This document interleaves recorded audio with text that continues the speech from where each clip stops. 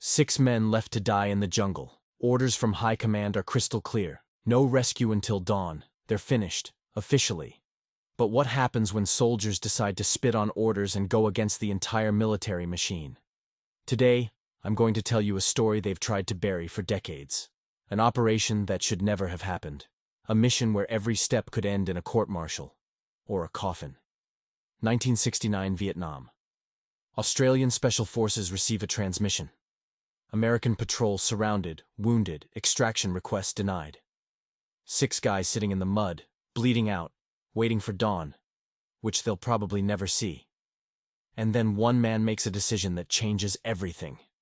He picks up the radio and tells American command, "We're going in for them, right now." They respond, "That's a direct order, stand down." You know what he did? Turned off the radio, and led his men into the night. What happened next in those jungles isn't just a military operation. This is a story about what a human life costs when you measure it not by protocols, but by conscience. About the moment when a young soldier nearly drowned saving a wounded man. About the traps the enemy set specifically for the rescuers.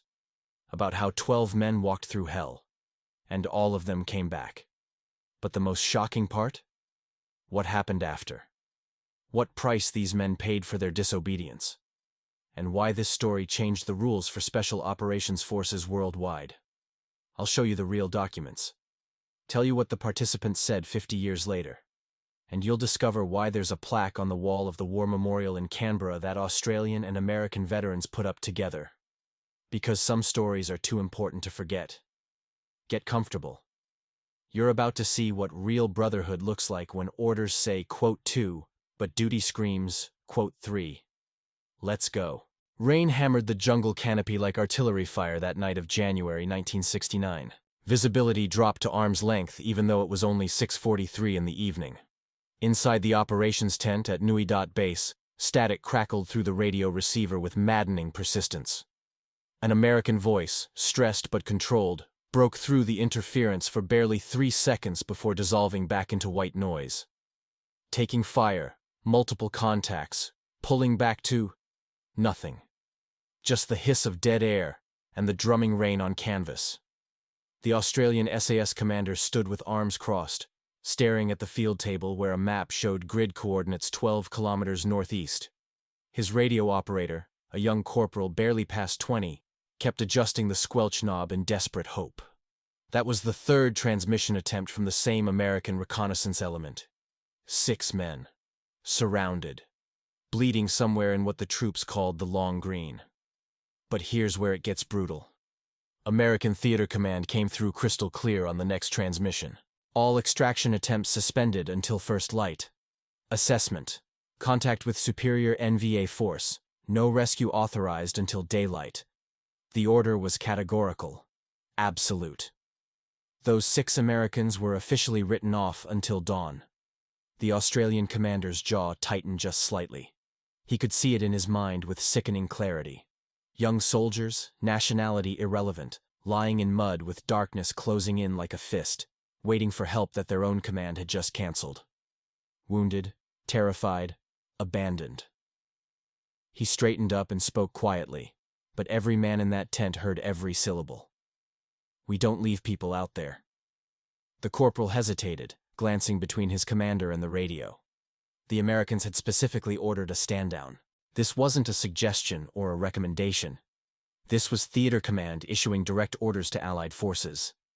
Disobedience meant court-martial, meant ending careers, meant potentially starting a diplomatic incident between 2 Allied nations in the middle of a shooting war. The commander reached for the handset anyway. "Get me our patrol on standby. Tell them to prep for immediate deployment. Light kit, no noise discipline restrictions." "But sir," the American specifically said. The commander keyed the microphone and cut across the American command frequency with surgical precision. His voice carried absolute certainty, the kind that comes from men who've made peace with consequences. "Command, this is Australian position. Negative on your last transmission. We are proceeding with extraction operation. Acknowledge." The pause stretched for 10 full seconds. Then the American voice came back, harder now, edged with disbelief and rising anger.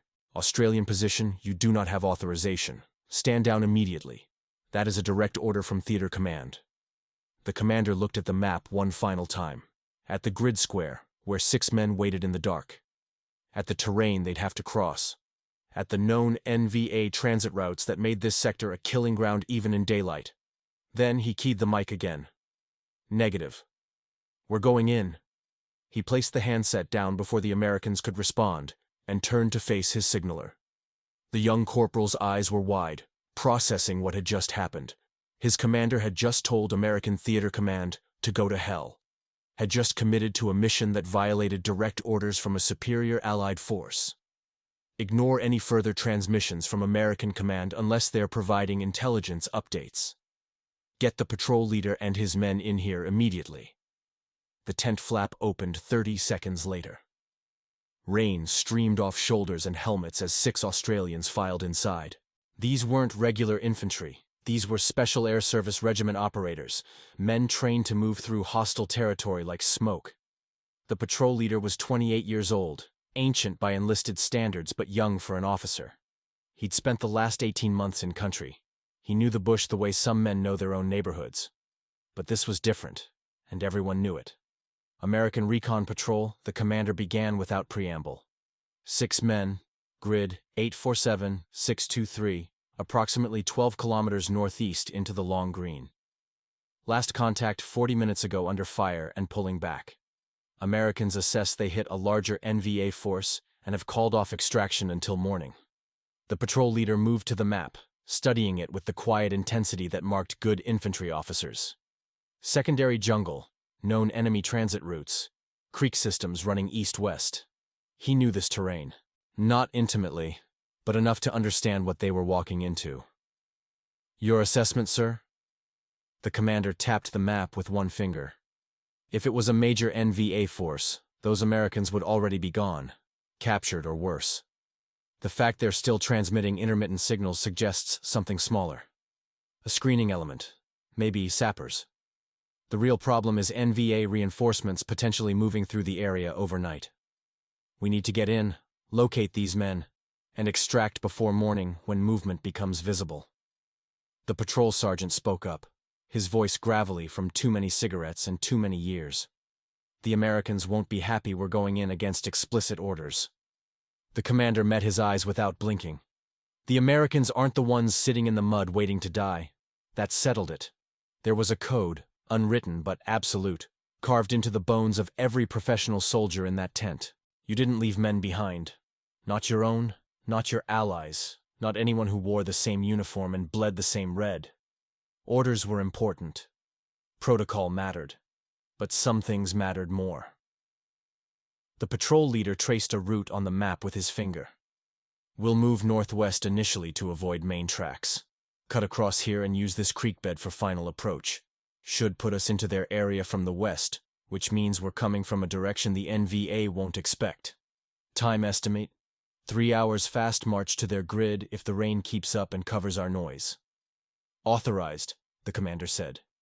Use your judgment on the ground. If it's a trap, pull back. If you can extract them, do it. I'll have a reaction force spun up here in case you need support. But understand this clearly. American Command is not going to provide fire support or extraction assets until daylight. You're alone out there once you cross the wire. Understood, sir. One more thing. The commander's voice dropped half an octave. The Americans have already written these men off as probable casualties. They're not expecting anyone to find them breathing. Don't prove them right. The patrol leader allowed himself the thinnest smile. We'll bring them home, sir. Outside the operations tent, 6 men prepared for what could easily become their last night on Earth. The patrol leader assembled them in a tight circle under the minimal shelter of a canvas overhang. Rain continued its relentless assault, turning the red clay beneath their boots into slick mud that would follow them for the next 12 kilometers. These weren't conscripts or weekend warriors. These were SAS regiment operators, each one handpicked through selection courses that broke 90% of candidates. The medic was 32, a former paramedic from Brisbane who'd joined up after his brother came home from Malaya in a box. He carried enough morphine and field dressings to stabilize half a platoon, all organized in his kit with obsessive precision that came from watching men bleed out while fumbling for supplies. The scout was a 26-year-old from rural Queensland who could read jungle terrain the way city kids read street signs. He'd grown up hunting feral pigs in dense scrub, learning to move silently before he learned to shave. 6 years with the regiment had refined that natural talent into something approaching supernatural. When he moved through bush, even the birds didn't notice. The rifleman was 29, a crack shot who'd been offered sniper school 3 times and turned it down each time because he preferred working with teams. He methodically cleaned his SLR for the 3rd time that evening, then loaded magazines with a deliberate mix of ball and tracer rounds, just in case they needed to mark a position in a hurry, just in case everything went completely sideways. The youngest trooper was barely 21, but he carried himself with the quiet competence that comes from good genetics and better training. His father had been a prisoner of war at Changi during the Second World War, survived 3 years of brutality, and somehow raised a son who volunteered for the same profession. Some things ran in families. The kid was calm, taping down every piece of equipment that might rattle or clink against his webbing. Good habits, good soldier. Then there was the sergeant, a man who'd been soldiering since the patrol leader was in primary school. 41 years old with a face like weathered leather and a voice that sounded like gravel in a cement mixer.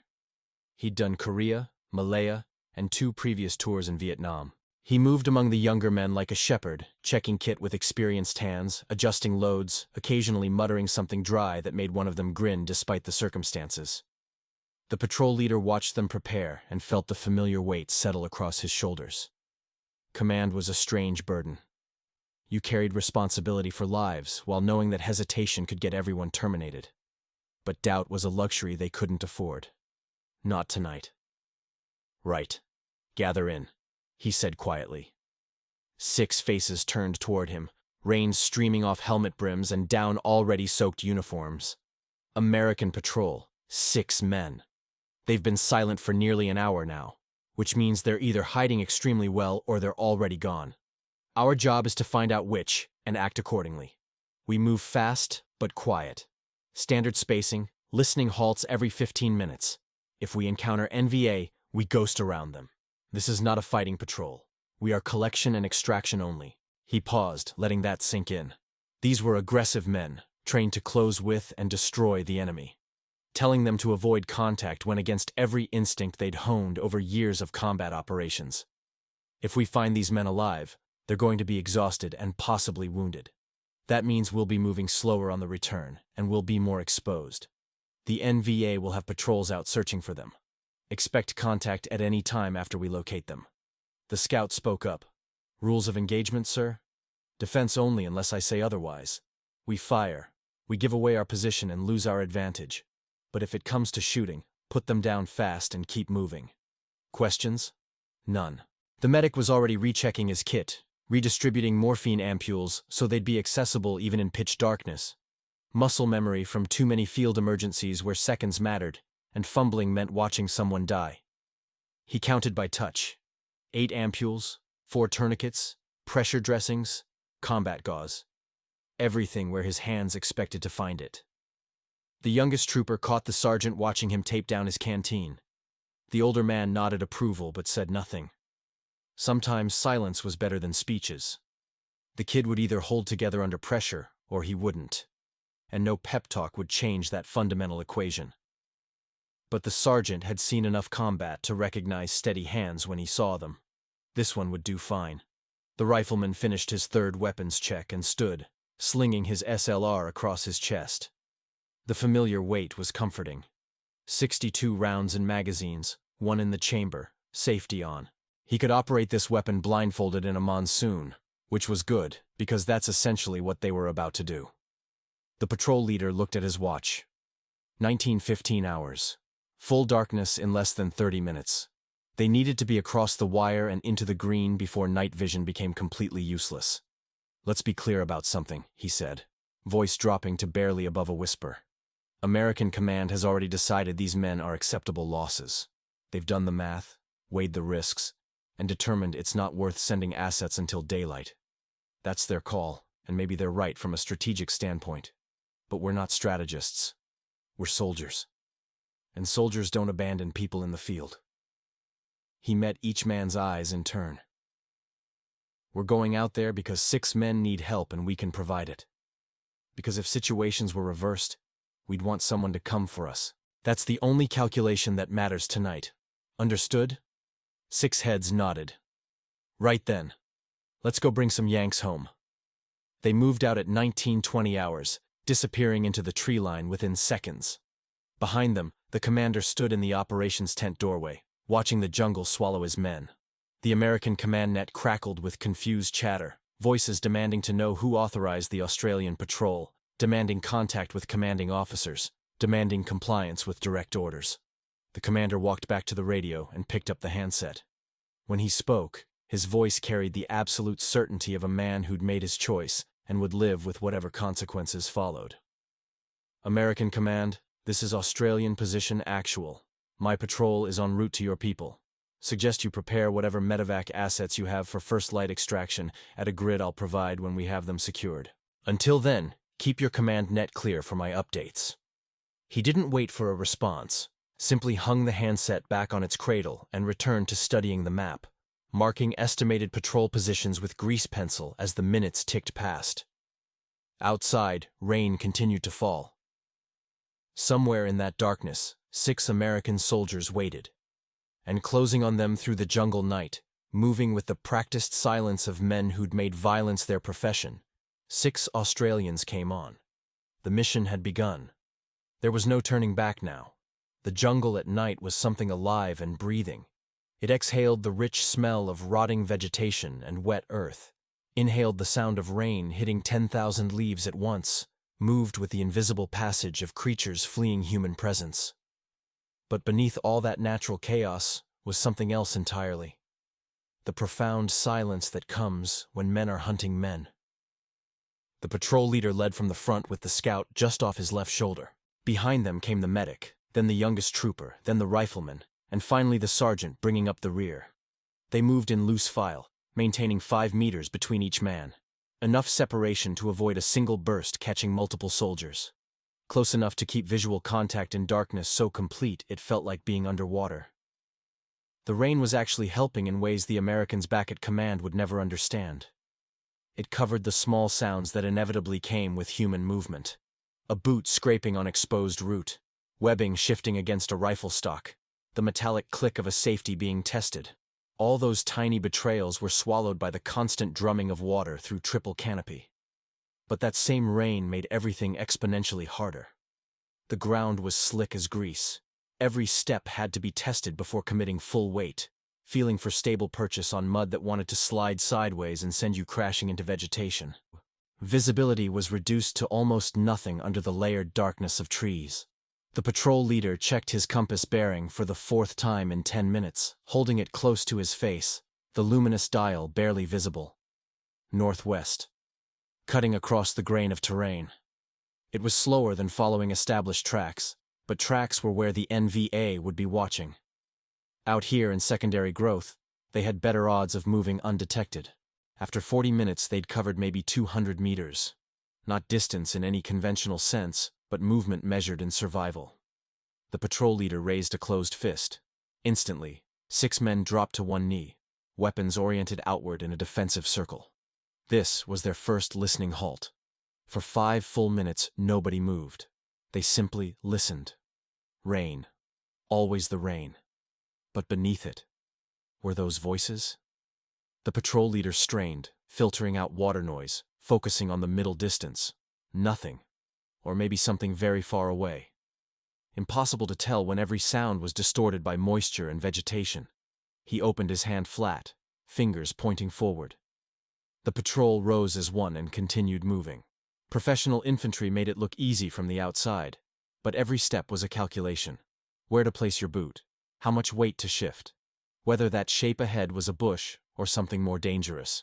Constant assessment, constant adjustment, constantly burning mental energy that would eventually run out. The jungle became denser as they descended into a shallow valley. Temperature dropped slightly, that peculiar cold that came from water pooling in low ground. The patrol leader could hear it now. Running water. A creek system, just as the map indicated. He angled left, following the sound, and 5 minutes later they emerged at a narrow stream barely 2 meters wide. The scout was already across, covering the far bank with his rifle at the ready. The patrol leader moved up and knelt beside the water. In the darkness he could barely see the surface, but he could hear it clearly. Fast flowing, probably 30 centimeters deep, bottom likely rock and slippery as ice. Noisy to cross. Very noisy. He turned and hand-signaled the sergeant. The older man moved up the line, and soon all 6 operators were clustered at the creek bank. The patrol leader leaned close to the sergeant's ear, speaking barely above a whisper. "One at a time. Take your time. Slow as quiet." The sergeant nodded and passed it down the line. The scout had already demonstrated the technique. It took him nearly a minute to cross 3 meters of water. But when he reached the far bank, there had been almost no splash, just the quiet sound of water displaced around boots, indistinguishable from the creek's natural flow. One by one they made the crossing. The rifleman went next, choosing each footfall with exaggerated care. Then the youngest trooper, moving with the careful deliberation of youth trying to prove competence. The medic followed, his heavier medical kit throwing off his balance slightly, but he compensated. Then the patrol leader himself, feeling cold water seep into already soaked boots, the current tugging at his legs with surprising strength. On the far bank, he took a knee and waited for his breathing to settle. They were committed now in ways that went beyond radio silence and ignored orders. Behind them was the creek, a natural boundary they'd crossed. Ahead was unknown territory crawling with NVA who knew this ground intimately. And somewhere in that darkness, 6 Americans who might or might not still be drawing breath. The sergeant crossed last, moving with the unhurried patience of a man who'd done this exact thing 100 times before. When he reached the patrol leader's position, he simply nodded once. No words necessary. They were all here, all intact, all still operational. The patrol leader checked his watch, holding it close to read the luminous hands. 20:35 hours. They'd covered maybe 4 kilometers in an hour and 20 minutes. That left 8 more to the grid where Americans had last transmitted. But distance meant nothing in jungle like this. You measured progress in time and survival, not kilometers. They pushed on, moving deeper into enemy-controlled territory. The patrol leader could feel it in his bones now, that peculiar sensation combat veterans develop. The awareness that you're in the killing zone. That invisible boundary where training and luck become the only thing standing between life and an early grave. Every 20 meters they paused, listening, watching, letting the jungle settle around them before moving again. This was how professionals operated in hostile terrain. Not rushing, not cowboying, not trusting that speed would save them. Slow and methodical. Alive at the end mattered more than arriving quickly. The medic felt his medical kit shift against his hip and paused to adjust it silently. Everything in that bag was organized by touch. He could pull out morphine, field dressings, or a tourniquet in pitch darkness without fumbling. Because fumbling in combat meant watching someone bleed out while you searched for the right equipment. He'd seen it happen in Malaya. Never forgot it. Never would. The youngest trooper was managing his fear well. The sergeant could tell by watching his movement. Steady steps, controlled breathing, weapon positioned correctly. Fear was fine. Fear kept you sharp. Terror was the problem, and this kid wasn't anywhere near that edge yet. Good. He'd need that control before this night was over. Up ahead, the patrol leader saw the jungle open slightly. Better sight lines, but also more exposure. He signaled another halt and moved forward with the scout to reconnoiter. They spent 5 minutes studying the area ahead before the patrol leader was satisfied. Clear enough. Probably. In jungle warfare, probably was sometimes the best you got. They moved through the opening in pairs, covering each other, minimizing exposure time. Old habits from old wars. The kind of tactical movement that became second nature after enough operations. On the far side, the canopy closed back over them like a fist, and somehow that felt safer despite the reduced visibility. 2 hours into the patrol, they'd covered roughly 6 kilometers, halfway to the American position, halfway into Indian country with no support, no backup, and no guarantee the men they were searching for were even still alive. But quitting wasn't in the playbook. You kept moving until the mission was complete, or you were physically unable to continue. That was the contract you signed when you put on the uniform and picked up the weapon. Simple as that. The patrol leader checked his compass again, adjusted their bearing slightly north, and kept walking into the darkness. Behind him, 5 men followed. Professionals doing professional work. The kind that kept you alive when everything else said you should be gone. The rain continued to fall. At 21:10 hours, the youngest trooper heard it first. He froze mid-step, and the patrol immediately went static behind him like dominoes, stopping in reverse. The patrol leader, 3 men back, saw the halt and dropped to one knee with his rifle coming up instinctively. 30 seconds passed in absolute silence, broken only by rain hitting leaves. Then the young trooper turned his head slowly and caught the patrol leader's eye. He pointed to his ear, then pointed northeast. Voices. Human voices speaking Vietnamese. The patrol leader felt his pulse accelerate, but his breathing stayed controlled. This was the moment every combat patrol dreaded and prepared for simultaneously. Contact or near contact. How they handled the next few minutes would determine whether they completed this mission or became statistics themselves. He hand-signaled close up. The patrol contracted into a tight defensive position, each man oriented outward, covering an arc of responsibility. The patrol leader moved forward to where the young trooper crouched and leaned close enough to feel rain dripping off his helmet. "What do you have?" The trooper's voice was barely audible over the rain. Voices maybe 300 meters northeast. Vietnamese. Moving away from us, I think. The patrol leader strained to listen. There. Yes. The faint sound of speech, occasional laughter even. Too relaxed to be men on combat patrol. Probably a transit element moving supplies, or simply repositioning for tomorrow's operations. He signaled the scout forward. The corporal disappeared into darkness like smoke. There one moment and simply gone the next. Professional scouting took time. Rush it, and you walked straight into an ambush. Wait too long, and your window closed. The patrol leader watched the area where his scout had vanished, counting heartbeats in the darkness. 3 minutes crawled past. Then the scout materialized beside him so suddenly it nearly made him startle. 4, maybe 5 NVA. 50 meters northeast moving west along what looks like a trail. Carrying supplies, not combat spread. They'll be clear of us in 5 minutes. The patrol leader nodded. This was simultaneously good news and terrible news.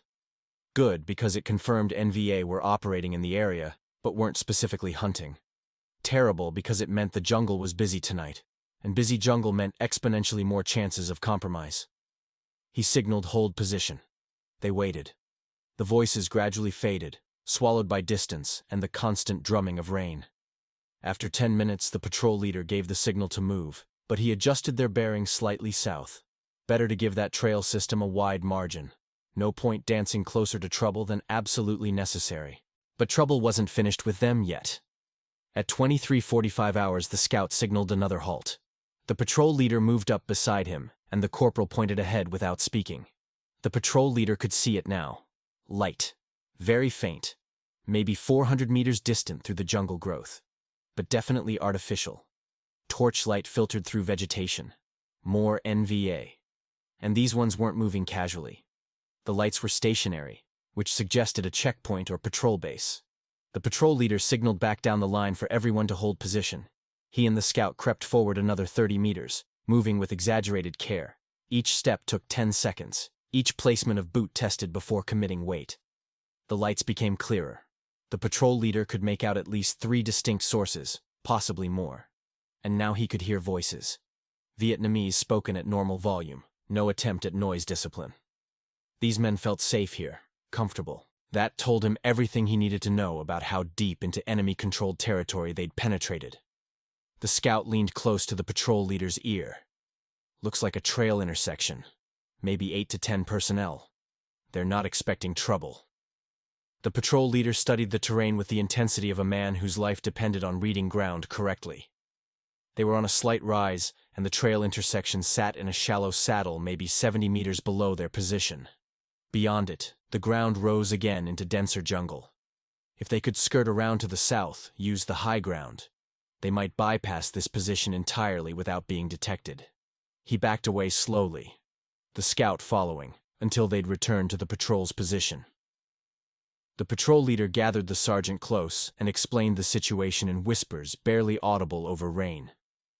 NVA checkpoint or patrol base ahead. At least 8 personnel.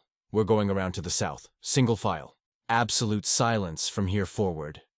The detour cost them 40 precious minutes and added half a kilometer to their route. But they slipped past the NVA position without being detected, moving through undergrowth with the care of men who understood that one snapped branch could mean 6 coffins.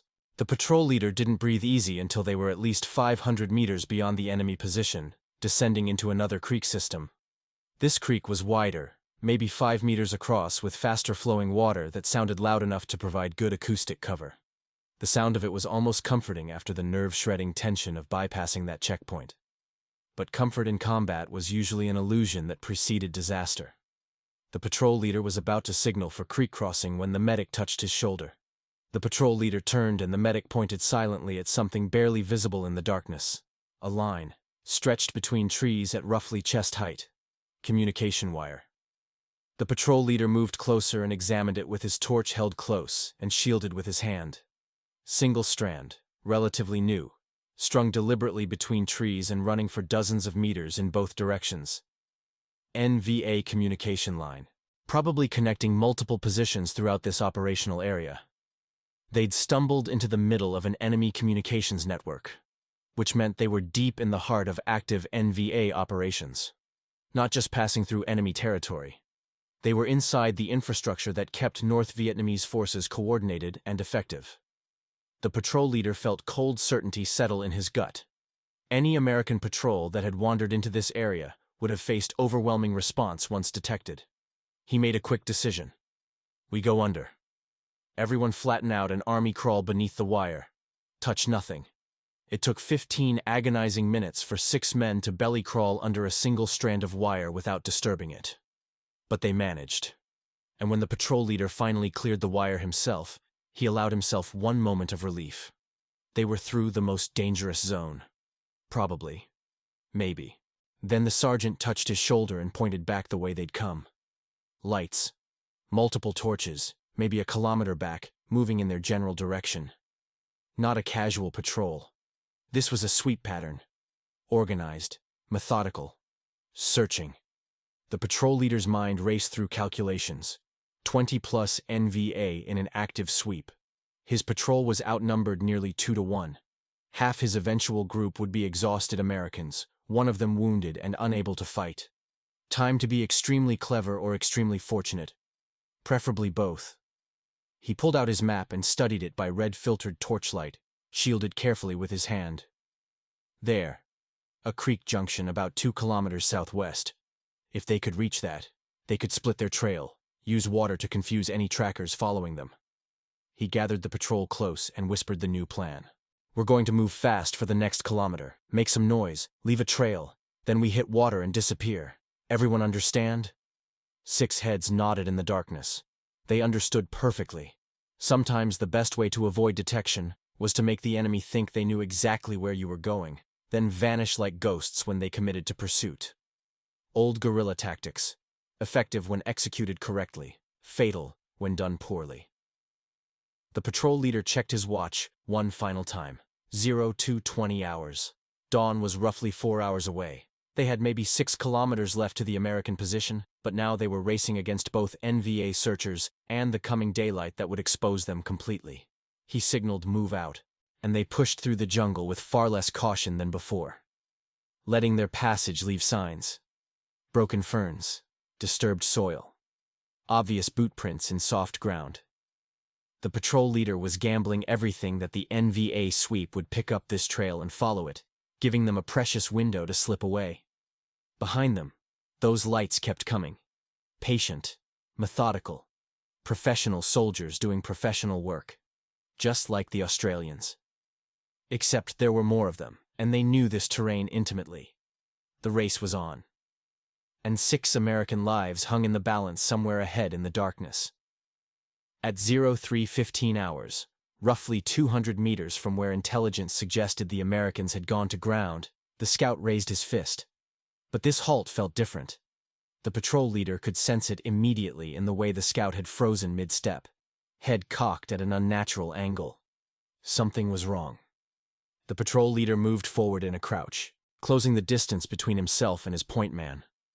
The scout didn't turn, didn't move, just remained absolutely motionless like a hunting dog on scent. When the patrol leader reached his position, the scout finally spoke in a whisper so quiet it was almost subvocal. "Too quiet, sir. Birds should be making noise. Something's not right here." The patrol leader listened. The scout was correct.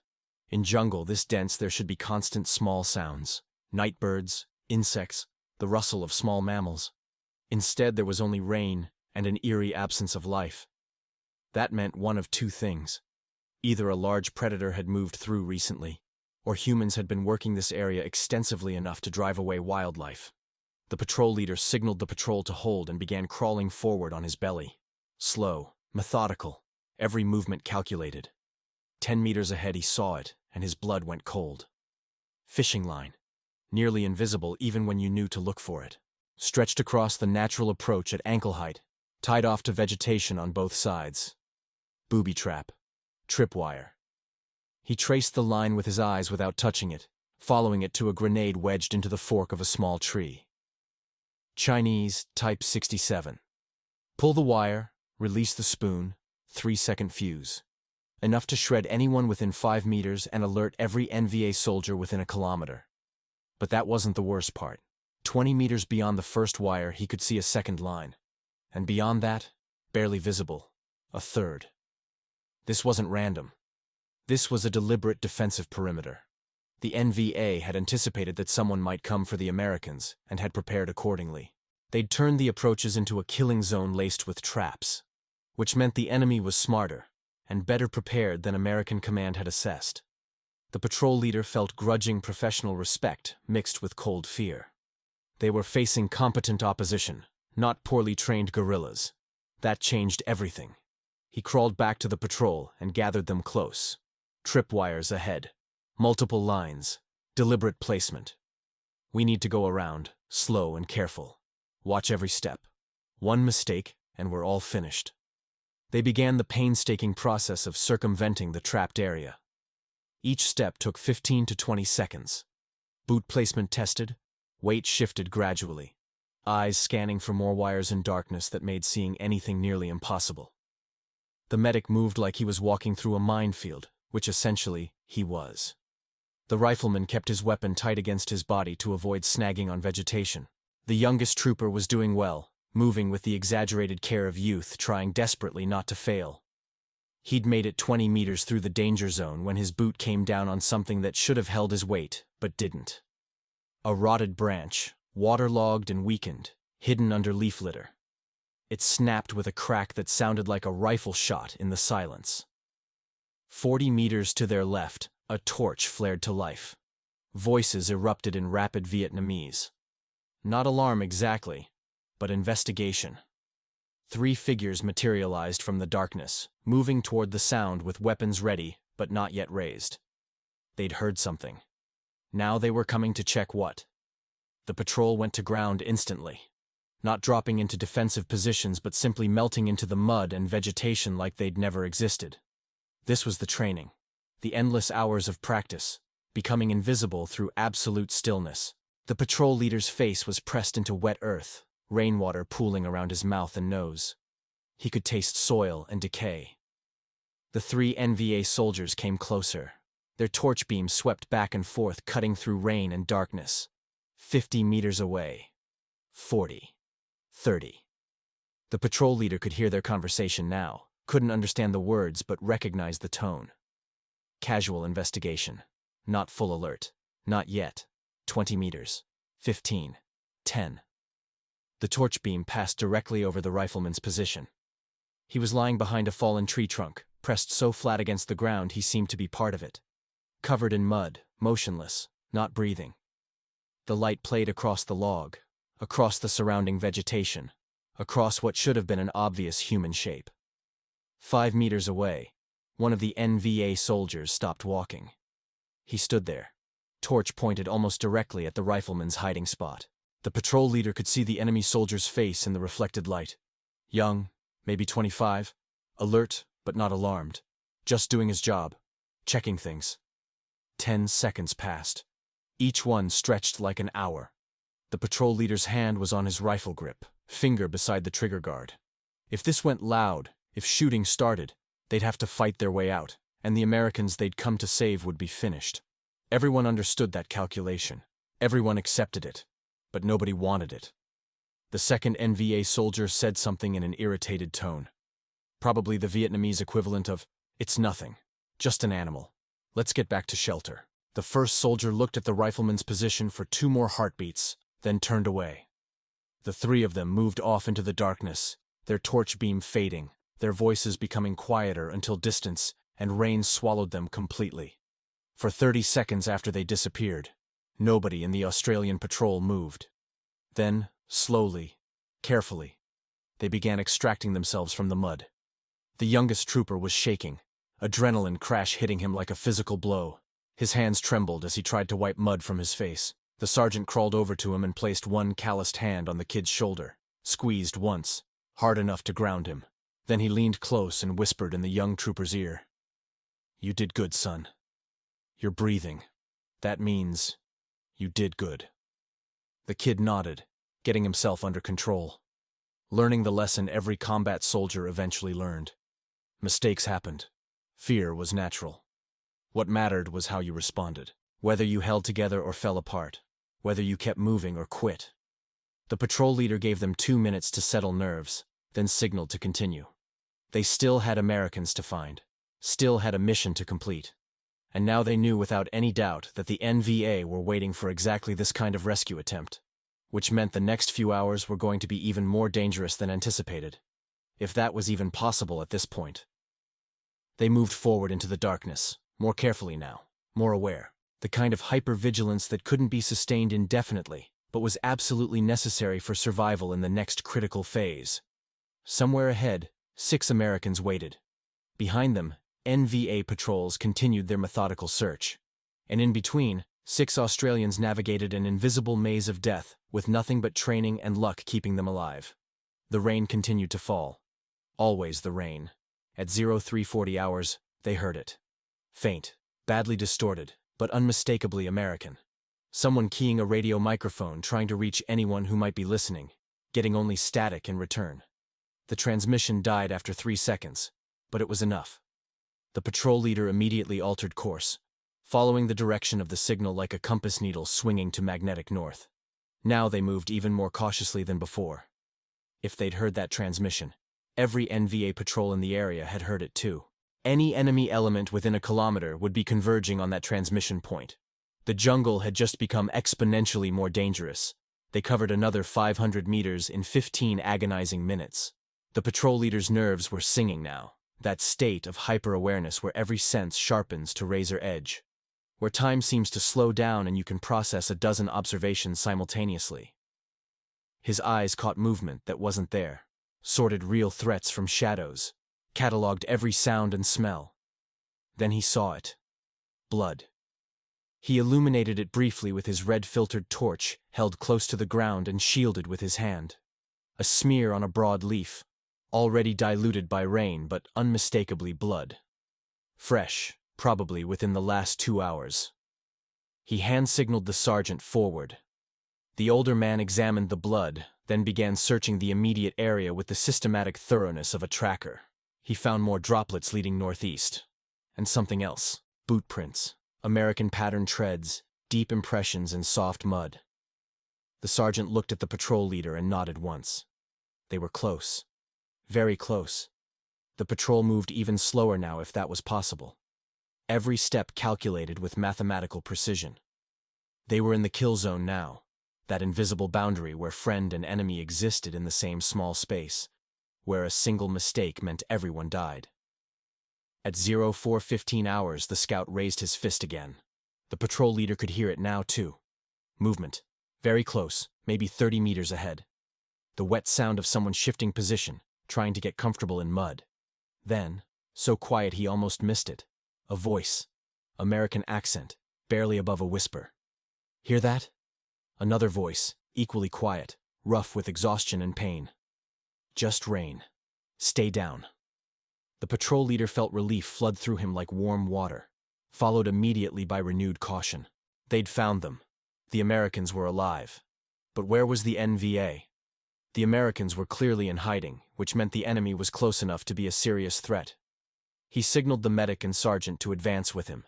The three of them moved forward in a crouch, weapons ready, while the rest of the patrol provided overwatch. The patrol leader could see it now.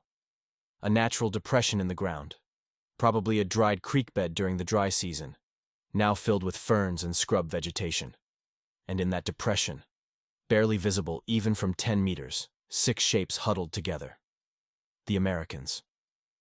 The patrol leader stopped at the edge of the depression and put enough voice into his next words to carry without shouting. American patrol, don't move. Friendly forces, Australian SAS. For a moment, nothing. Then one of the shapes shifted and a face emerged from the shadows. Young, streaked with mud, eyes wide with exhaustion and profound disbelief. Who the hell are you? Australian Special Air Service Regiment. We're here to extract you. How many wounded? The young American's voice cracked slightly. 1. Took a round through the shoulder. We thought nobody was coming. They told us to wait for dawn. The patrol leader slid down into the depression, followed by the medic and sergeant. The rest of his patrol remained in position above, providing security with weapons oriented outward in a defensive perimeter. Up close, he could see the Americans were in rough shape, utterly exhausted, soaked through, covered in mud and their own filth. One man was lying with his back against the depression wall, his shoulder roughly bandaged with field dressings already soaked through with blood and rainwater. An American staff sergeant, maybe 30 years old, crawled over to the patrol leader. His voice was raw, stripped down to essentials. They told us to sit tight until morning. Said no extraction was authorized. How did you? The patrol leader allowed himself a slight smile. Yeah, well, we don't always follow orders when they don't make sense. He turned to his medic. Check the wounded man. The medic was already moving, opening his kit beside the injured soldier, with the practiced efficiency of a man who'd done this work dozens of times under worse conditions. He cut away the makeshift bandage with trauma shears, examined the wound by red torchlight, his face expressionless as he assessed damage. Round went through clean. No arterial involvement, but he's lost significant blood.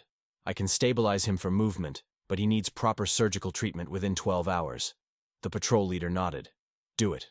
He turned back to the staff sergeant. What's your name? Kowalski. Staff Sergeant Michael Kowalski. Right. Here's how this works, Kowalski. We're leaving now. Not at dawn. Not in 3 hours. Right now.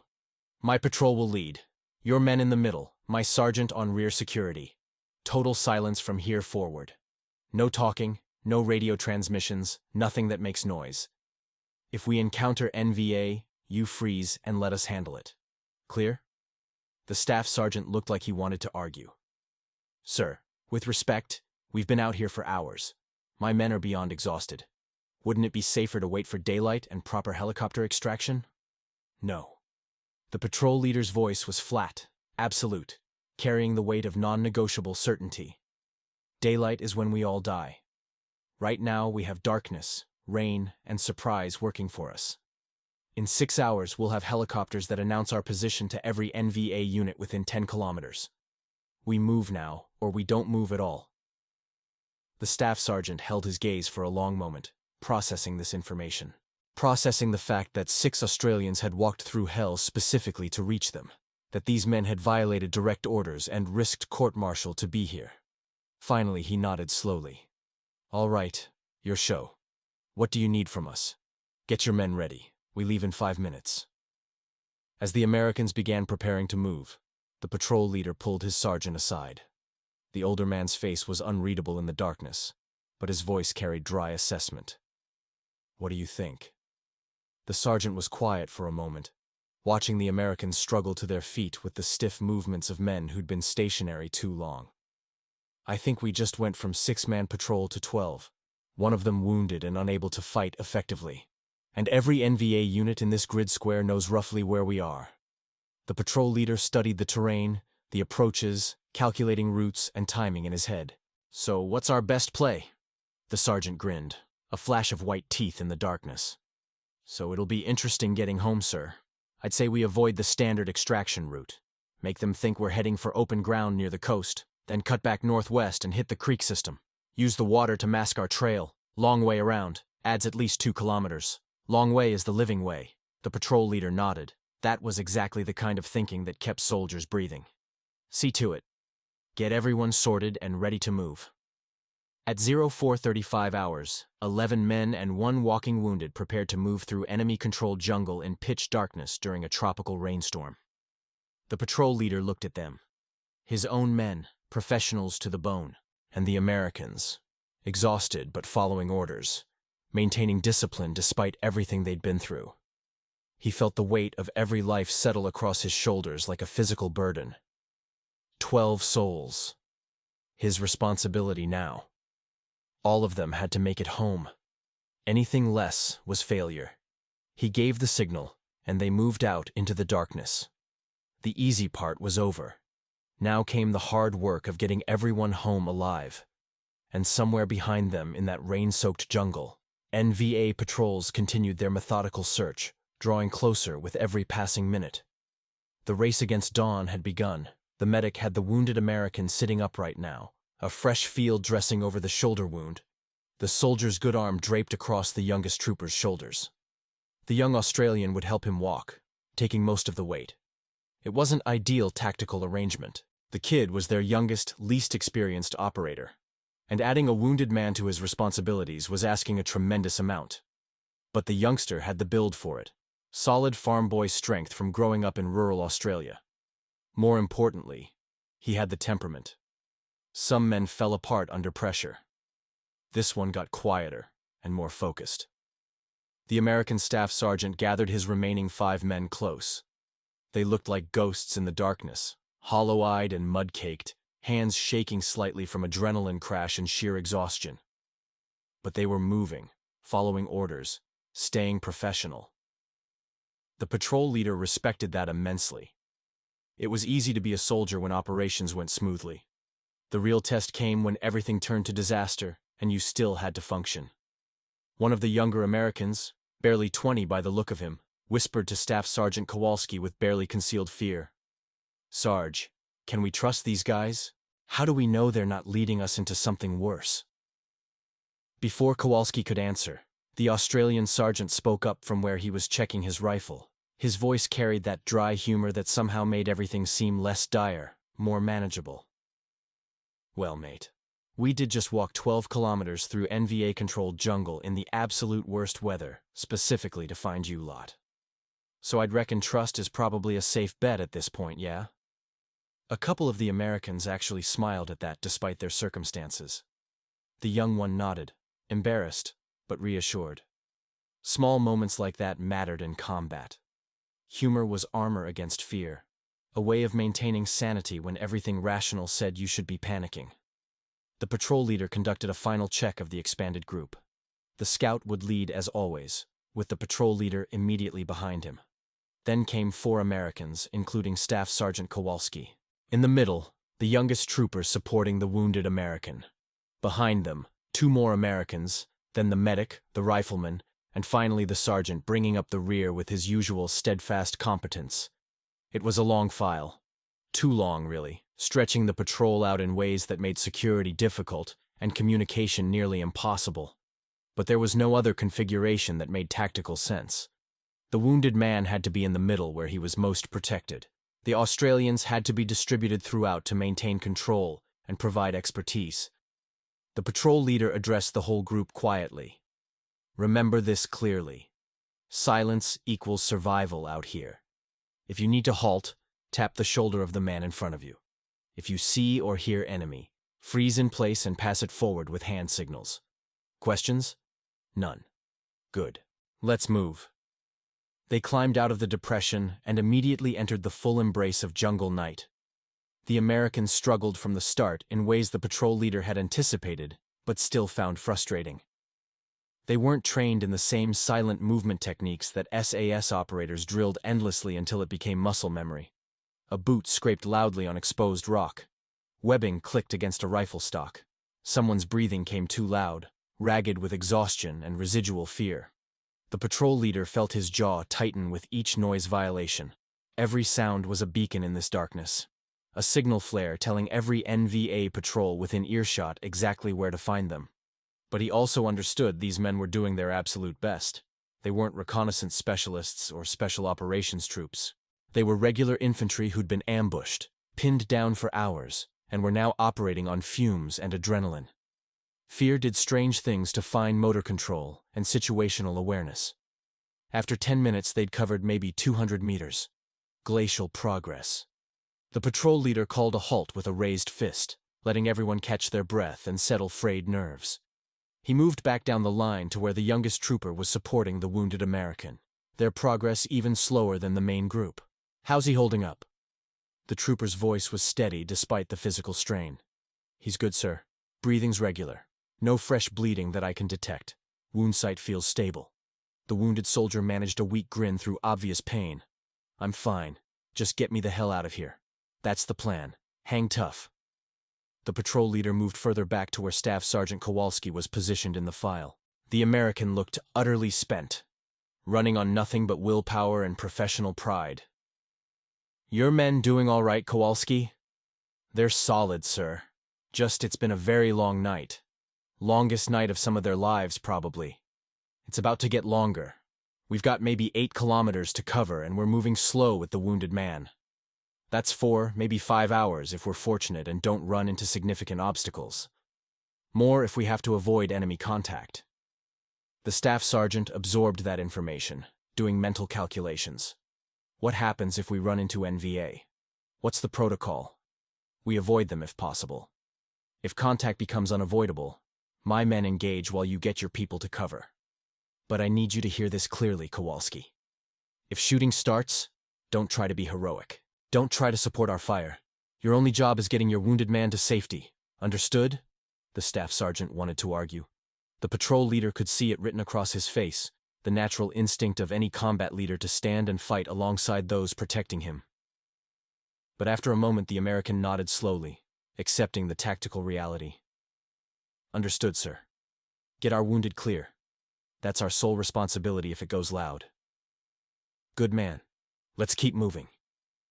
They pushed on through the rain-soaked darkness. The patrol leader's mind was occupied with constant calculations. 12 men moving through hostile territory. 1 wounded, who couldn't move at normal patrol speed. Americans who were exhausted and making noise. NVA patrols actively searching the area. Dawn approximately 4 hours away, after which helicopter extraction became possible, but also exponentially more dangerous due to visibility. Every variable worked against them. Every factor increased the probability of disaster. But quitting wasn't in the playbook, had never been an option from the moment the commander made the decision to launch this operation. You kept moving forward, solving problems as they emerged, adapting to circumstances, maintaining forward momentum no matter what obstacles materialized. At 05:10 hours, the young trooper supporting the wounded American stumbled slightly, catching himself before both men went down. The patrol leader saw it happen and immediately called another brief halt. The kid was strong, but he was also carrying an additional 75 kilograms of dead weight while navigating treacherous terrain in absolute darkness. That was asking for a twisted ankle or worse. The medic moved up and checked both men quickly. The wounded American's dressing was holding. No fresh blood seepage. The young trooper was simply exhausted, muscles burning from sustained exertion. The medic gave him water from a canteen, let him rest for 2 minutes. Then they continued. Behind them, somewhere in that rain-drenched jungle, the NVA search patrols continued their methodical sweep. Patient, professional, getting closer with each passing hour.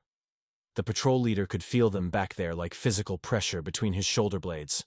Time was running out faster than distance was accumulating. They had to move faster, but the wounded man couldn't move faster. Classic tactical dilemma with no good solution. You made the best choice available and lived with consequences. The Australian sergeant brought up the rear, constantly checking their back trail, watching for signs of pursuit. His decades of combat experience told him they were in serious trouble. Too many people, too slow, too noisy, too exposed. But his face remained calm, expression neutral, because panic was contagious, and discipline was the only thing keeping this ragged group functional. They kept moving through the darkness, meter by meter, step by careful step. 12 men racing against dawn while carrying one wounded soldier and all their accumulated fears. Professional soldiers doing professional work under impossible conditions. Because that's what you did. You kept moving until the mission succeeded, or you physically couldn't continue. Simple as that. No other options existed in the vocabulary of men who'd sworn to leave no one behind. The rain continued its endless percussion against the jungle canopy. Always the rain. At 05:45 hours, they reached the second creek crossing.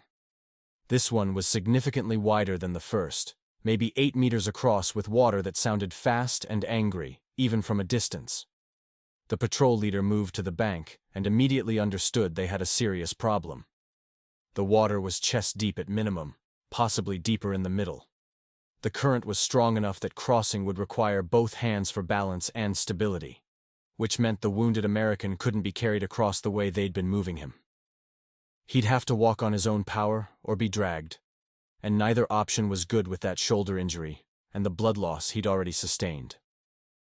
The patrol leader positioned the scout and riflemen on the far bank first, providing overwatch security. Then he waved the Americans forward. Staff Sergeant Kowalski went first, testing the depth and current strength. The water came up to mid-chest, the current strong enough that each step required careful placement and commitment of weight. He made it across in roughly 90 seconds, emerging on the far bank soaked and breathing hard from the effort. One by one they began the crossing. 2 Americans made it across successfully. Then the young trooper started across with the wounded soldier, the injured American's good arm draped over the Australian's shoulders. They made it 3 meters before everything went catastrophically wrong. The wounded American suddenly went completely limp. No warning, no cry of pain, just instant unconsciousness. Whether from accumulated blood loss, shock, the cold water on his traumatized system, or simple exhaustion, the result was the same. He became dead weight, pulling the young trooper sideways and down. The kid tried desperately to hold him up with one arm while maintaining footing with the current hammering at his legs. For maybe 3 seconds he managed. Then physics won, and both men went under, swept downstream by water that had no mercy and no interest in human survival. The medic reacted instantly, launching himself into the water without hesitation. But the current was stronger than he'd calculated, and within seconds all 3 men were being swept away from the crossing point, struggling in darkness with water in their mouths and lungs. The patrol leader hit the water running, not thinking, just moving on pure combat instinct. Staff Sergeant Kowalski was right behind him, both men fighting the current to reach the drowning soldiers. They caught them 15 meters downstream where the creek widened slightly and the current slowed just enough. The patrol leader grabbed the wounded American while Kowalski seized the young trooper. The medic managed to get his feet under him and stumbled toward the bank. Together they dragged all 3 men onto the muddy shore, everyone coughing and gasping, except the wounded American. He wasn't coughing, wasn't gasping, wasn't breathing at all. The medic immediately rolled him onto his back and began checking for pulse and respiration. Nothing. No chest rise, no pulse in the carotid artery. The drowning had stopped his heart or filled his lungs completely or both. The medic started CPR without pause, hands positioned on the sternum, beginning compressions with the mechanical rhythm of training taking over. 30 seconds passed. A minute. The medic switched to rescue breathing, tilting the head back, sealing mouth to mouth, forcing air into lungs that didn't want to accept it. Back to compressions, counting silently, maintaining rhythm, fighting against time and physiology, and the simple fact that cold water and trauma and blood loss had pushed this soldier past the point where recovery was likely. Staff Sergeant Kowalski looked at the patrol leader, his face gray in the darkness, exhaustion and desperation written in every line. His voice came out hoarse, defeated. "Sir, maybe we leave him. Take the body if you want, but the rest of us can move faster without trying to. We can get everyone else out for sure, but with him we might lose everyone." The patrol leader's response was immediate and absolute. His voice cut like a blade through the rain and darkness. "Shut your mouth and help him." Kowalski stared for half a second, then dropped to his knees beside the medic. The Australian medic kept working. Compressions and breathing. Compressions and breathing. refusing to accept failure. The patrol leader knelt on the other side, ready to take over if the medic tired, knowing that once you started resuscitation, you didn't stop until the patient recovered or was definitively gone. Another minute passed, longest 60 seconds of anyone's life. The wounded American lay motionless, water running off his face, lips blue in the red torchlight. Then he convulsed, coughed violently. Water erupted from his mouth and nose as his body finally remembered how to breathe. He gasped, choked, gasped again, pulling air into lungs that had forgotten their function. His eyes fluttered open, unfocused and confused, but open. Alive. The medic sagged back on his heels, breathing hard from exertion and relief. Staff Sergeant Kowalski put his face in his hands. The patrol leader simply sat in the mud, feeling adrenaline drain out of his system and leave him shaking. They were all on that bank now, 12 men soaked through, shivering despite the tropical climate, running on absolute empty. Nobody moved for maybe 20 seconds. Just sat there breathing and processing what had almost happened. How close they'd come to losing someone after coming this far. Then, from across the creek behind them, voices. Vietnamese. Distant, but getting closer. The NVA search patrols had caught up or were about to. The window was closing fast. The Australian sergeant's voice cut through the exhaustion with quiet authority. "Time to move, gentlemen." The patrol leader looked at his youngest trooper. The kid was crying silently, tears mixing with rain and creek water streaming down his face. Not from fear exactly, but from complete emotional and physical overload. He'd nearly drowned, had nearly let a wounded man die, had been operating at maximum stress for hours, beyond what any human should endure. He was 21 years old, and he'd reached his breaking point. The rifleman moved over and simply put his arm around the kid's shoulders. Didn't say anything. Didn't offer false reassurance or tell him to pull himself together. Just provided physical contact, silent support, the presence of another human who understood. Sometimes that was enough. Sometimes it had to be enough because there was nothing else available. The medic checked the wounded American one more time, pulse steady, breathing regular if labored. The man was conscious now, confused and in pain, but functional enough to move with assistance. They'd pulled him back from the edge, barely, by the thinnest possible margin.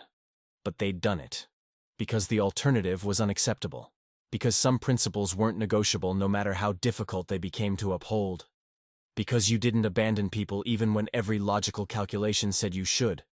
Staff Sergeant Kowalski looked at the patrol leader with something approaching awe. You could have left him. Should have left him by any rational assessment. Why didn't you? The patrol leader was too exhausted for philosophy. He was out there. That's enough. They reorganized slowly, getting the wounded American back on his feet with 2 men supporting him now instead of 1. The young trooper was still shaking, but he was functional, moving when told to move, following orders. He'd hold together. Had to hold together because there were no other options available. Across the creek, those Vietnamese voices were definitely closer. Maybe 500 meters, maybe less. Hard to judge distance through rain and vegetation, but close enough to matter. Close enough to be deadly if this group didn't start moving immediately. The patrol leader gave the signal and they started walking. Slower now. Wetter. More exhausted, but still moving. Still alive. All 12 of them. That was what mattered. That was the only metric of success that counted. Behind them, the creek flowed on, indifferent to the drama that had just played out on its banks. Ahead, several more kilometers of hostile jungle waited. And somewhere in that darkness, safety existed. Home. Survival. They just had to reach it before dawn or before the NVA caught them, whichever came first.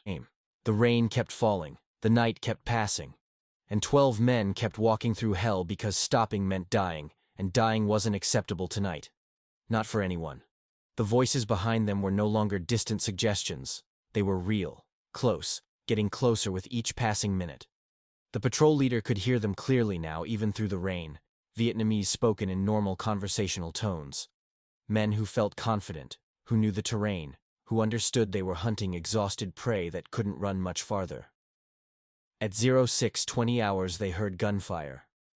Distant, maybe 2 kilometers north, but unmistakable. Automatic weapons fire in short controlled bursts. Someone was shooting at something. Whether it was another patrol encountering NVA or the enemy firing at shadows didn't matter. What mattered was that the jungle was waking up, becoming active with hostile forces, and this ragged group of 12 was caught in the middle of it all. The Americans reacted to the gunfire exactly as the patrol leader had feared they would. They sped up, driven by primal fear, and in speeding up they became dramatically louder. Equipment rattled, boots crashed through undergrowth. Heavy breathing turned into audible panting.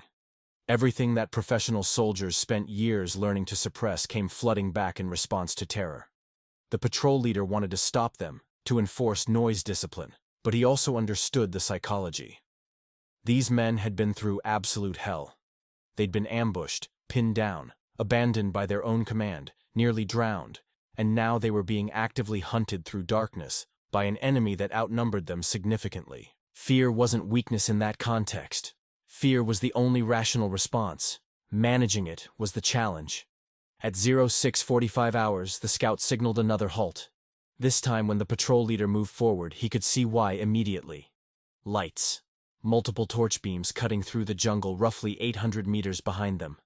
Not a patrol. Not a casual search. This was a full sweep operation, at least 20 personnel spread out in a search line, moving methodically through the terrain. They'd picked up the trail. Whether from the noise the Americans were making, or from physical signs left during the creek crossing didn't matter. The NVA had them located, and were closing the distance with professional competence. The patrol leader's mind raced through options, discarding most immediately as unworkable. They couldn't fight.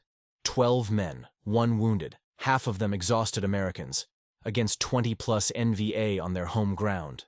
That was a massacre waiting to happen. They couldn't hide effectively with this many people. They couldn't move faster because the wounded American had already proven that pushing too hard meant potential casualties, which left cleverness, deception, using the enemy's confidence against them. He gathered the sergeant and Staff Sergeant Kowalski close, speaking rapidly but quietly. "We're going to leave them an obvious trail heading southwest toward the coast. Make it look like we're going for open ground and helicopter extraction. Then we'll cut into the creek system and move upstream for a kilometer. Use the water to kill our scent and physical trail. By the time they figure it out, we'll have distance and confusion working for us." Kowalski looked doubtful. "Sir, that's adding significant distance and time. We're already operating on fumes here." "The long way around is the living way," the Australian sergeant said flatly. "Short routes through known danger get people terminated. Long routes through confusion keep them breathing." The patrol leader nodded. "We don't have better options. This works, or we're in a running firefight that we can't win. Everyone understand?" Both sergeants nodded. The plan was set. For the next 20 minutes they moved with deliberate carelessness, breaking branches, leaving boot prints in soft mud, creating a trail that even marginally competent trackers would follow easily. The patrol leader was gambling everything on NVA confidence, on the assumption that the enemy would commit to pursuit once they found obvious signs of their quarry's passage. Behind them, those torch beams kept coming, patient, methodical, professional hunters who knew their business and weren't rushing into mistakes. At 07:15 hours they hit another creek, this one flowing fast over rocky bottom. The patrol leader led them straight into the water and turned northwest, moving upstream. The current fought them with every step, but the water was their salvation now. It would wash away scent, erase boot prints, confuse tracking dogs if the NVA had them available. They stayed in that creek for nearly a kilometer. 40 minutes of brutal slog against current. Everyone soaked to the waist again. The wounded American being supported by 2 men now, because he simply couldn't maintain balance in flowing water on his own strength. The cold was becoming a serious problem. Even in tropical climate, sustained immersion in moving water would lead to hypothermia eventually. But cold was survivable. Bullets were not. The patrol leader kept them moving. Finally, he led them up onto the western bank into dense undergrowth that would hide their exit point. They moved another 200 meters into thick vegetation and then stopped for a brief rest. Everyone was shaking now, whether from cold or exhaustion or residual adrenaline. The medic checked the wounded American again. Pulse was weak but steady. The man was conscious, but barely, running on whatever reserves the human body kept for absolute emergencies. The patrol leader moved to a slight rise where he could see back toward their trail. In the distance, maybe 800 meters away, he could see torchlights. They'd reached the creek. The NVA had found where the obvious trail led into water. Now came the critical moment. Would they commit to one direction or split their forces to cover both possibilities? For 5 minutes, the lights remained stationary at the creek junction. The patrol leader could imagine the conversation happening there. Trackers arguing. Officers making decisions. Trying to read terrain and prey psychology. Upstream or downstream? Which way would desperate men run? Then the lights began moving. Southwest. Downstream. Following the easier path, the more obvious escape route, the direction that led toward potential helicopter extraction zones near the coast. They'd guessed wrong. Or the Australians had been clever enough. Either way, the NVA were now moving away from them, following a false trail that would lead nowhere. The patrol leader allowed himself one moment of relief. They'd bought time, maybe an hour, maybe 2 before the NVA realized their mistake and backtracked. That was enough. That might be enough to reach Australian lines before full daylight made them visible to every enemy element in the area. Staff Sergeant Kowalski crawled over to where the patrol leader crouched. His voice was hoarse with exhaustion and something approaching reverence. "That was brilliant, sir. Absolutely brilliant tactical thinking." The patrol leader shook his head. "That was desperate gambling. We got lucky they committed fully, instead of splitting their forces. Luck isn't tactics, it's just luck. Whatever it was, it worked. We're still breathing. For now." The patrol leader checked his watch. 0800 hours. Dawn was perhaps 90 minutes away. They had maybe 6 kilometers left to friendly lines. Close enough to taste, but still far enough to die trying. He looked at his ragged group. 12 men who'd been pushed far past any reasonable limit. Who were operating on nothing but will and professional discipline and the desperate human need to survive. They were cold, wet, exhausted, terrified, and still moving. That was what separated soldiers from civilians. The ability to function when every cell in your body screamed for rest. "Right," he said quietly. "Let's keep moving. We're not home yet, but we're getting closer." They stood slowly, helping each other up. The Australians supporting Americans who supported each other. Everyone leaning on someone because nobody had the strength to stand entirely alone anymore. But they stood. And they started walking again. Because stopping meant capture or worse, and those options weren't acceptable. Not after coming this far, not after fighting this hard. Behind them, NVA searchlights moved in the wrong direction. Ahead, somewhere in the darkness, Australian lines waited. Between those 2 points, 12 men walked through hell and kept walking because that was the only choice that made any sense. The rain was finally starting to ease. That was something. Not much, but something. You took victories where you found them, no matter how small. They kept moving. The night kept passing. And somewhere ahead, dawn was coming whether they were ready for it or not. At 0820 hours, the patrol leader called for a 5-minute rest halt. Not because they had time to spare, but because human bodies have limits, and his people had exceeded theirs an hour ago. The wounded American was shaking uncontrollably now, whether from blood loss or shock, or the residual effects of near drowning or simple cold. Probably all of the above working in lethal combination. The medic moved to him immediately, checking vital signs with hands that had become extensions of his professional competence. Pulse was thread and rapid, breathing shallow but regular, core temperature dropping into dangerous territory. He pulled a space blanket from his kit and wrapped it around the wounded man's torso, then administered another ampule of morphine, not for pain management at this point, but to keep the soldier compliant and quiet. Screaming from pain would bring every NVA patrol within hearing distance straight to them. The rest of the group simply collapsed where they stood, too exhausted to maintain proper security positions, too spent to care. The Australians tried to maintain some semblance of tactical awareness, but even professional discipline had limits. They sat in mud and rain, weapons across laps, eyes half closed, existing in that strange twilight state between consciousness and complete shutdown. Staff Sergeant Kowalski crawled over to where the patrol leader sat with his back against a tree trunk. The American's face was gray with exhaustion, his eyes hollow, but his voice carried genuine confusion mixed with something approaching awe. "Sir, I need to ask you something. Why did you come for us? Your command didn't authorize this. From what I heard on our radio, they explicitly ordered you to stand down. You could have stayed safe back at your base. Could have avoided all of this." The patrol leader was quiet for a long moment, staring into the darkness where dawn would soon break. When he finally spoke, his voice was stripped of everything except simple truth. "You were out there. That's enough." Kowalski shook his head slowly. "Most people don't risk everything for strangers. Don't violate direct orders. Don't walk into hell for 6 guys they've never met. There has to be more to it than that." The patrol leader turned to look at him. "Does there? You're a soldier. I'm a soldier. We wear different flags, but we bleed the same color, and we face the same dangers. When someone needs help and you can provide it, you don't need more justification than that. It's not complicated." "But the consequences," Kowalski pressed. "Court-martial, end of career. You had to know what could happen if this went wrong. Still would have come." The patrol leader's voice was flat, certain. "Some things are more important than careers or following orders. Understanding which things, that's what separates good leaders from bad ones." Kowalski was silent for a moment, processing this.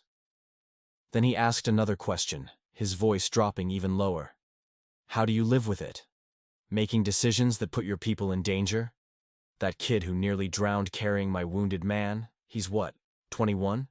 22? And you sent him into this knowing he might not come home." The patrol leader felt the weight of that question settle on his shoulders. It was the fundamental burden of command, the thing that kept good officers awake at night and drove bad ones to drink or worse. "You live with it by making sure the risk matters," he said quietly. "By ensuring that people aren't dying for nothing. That young trooper nearly drowned, yes. But he didn't. Your wounded man is still breathing. Everyone is still here. The plan worked. When you make hard calls and people survive because of them, that's how you justify the risk.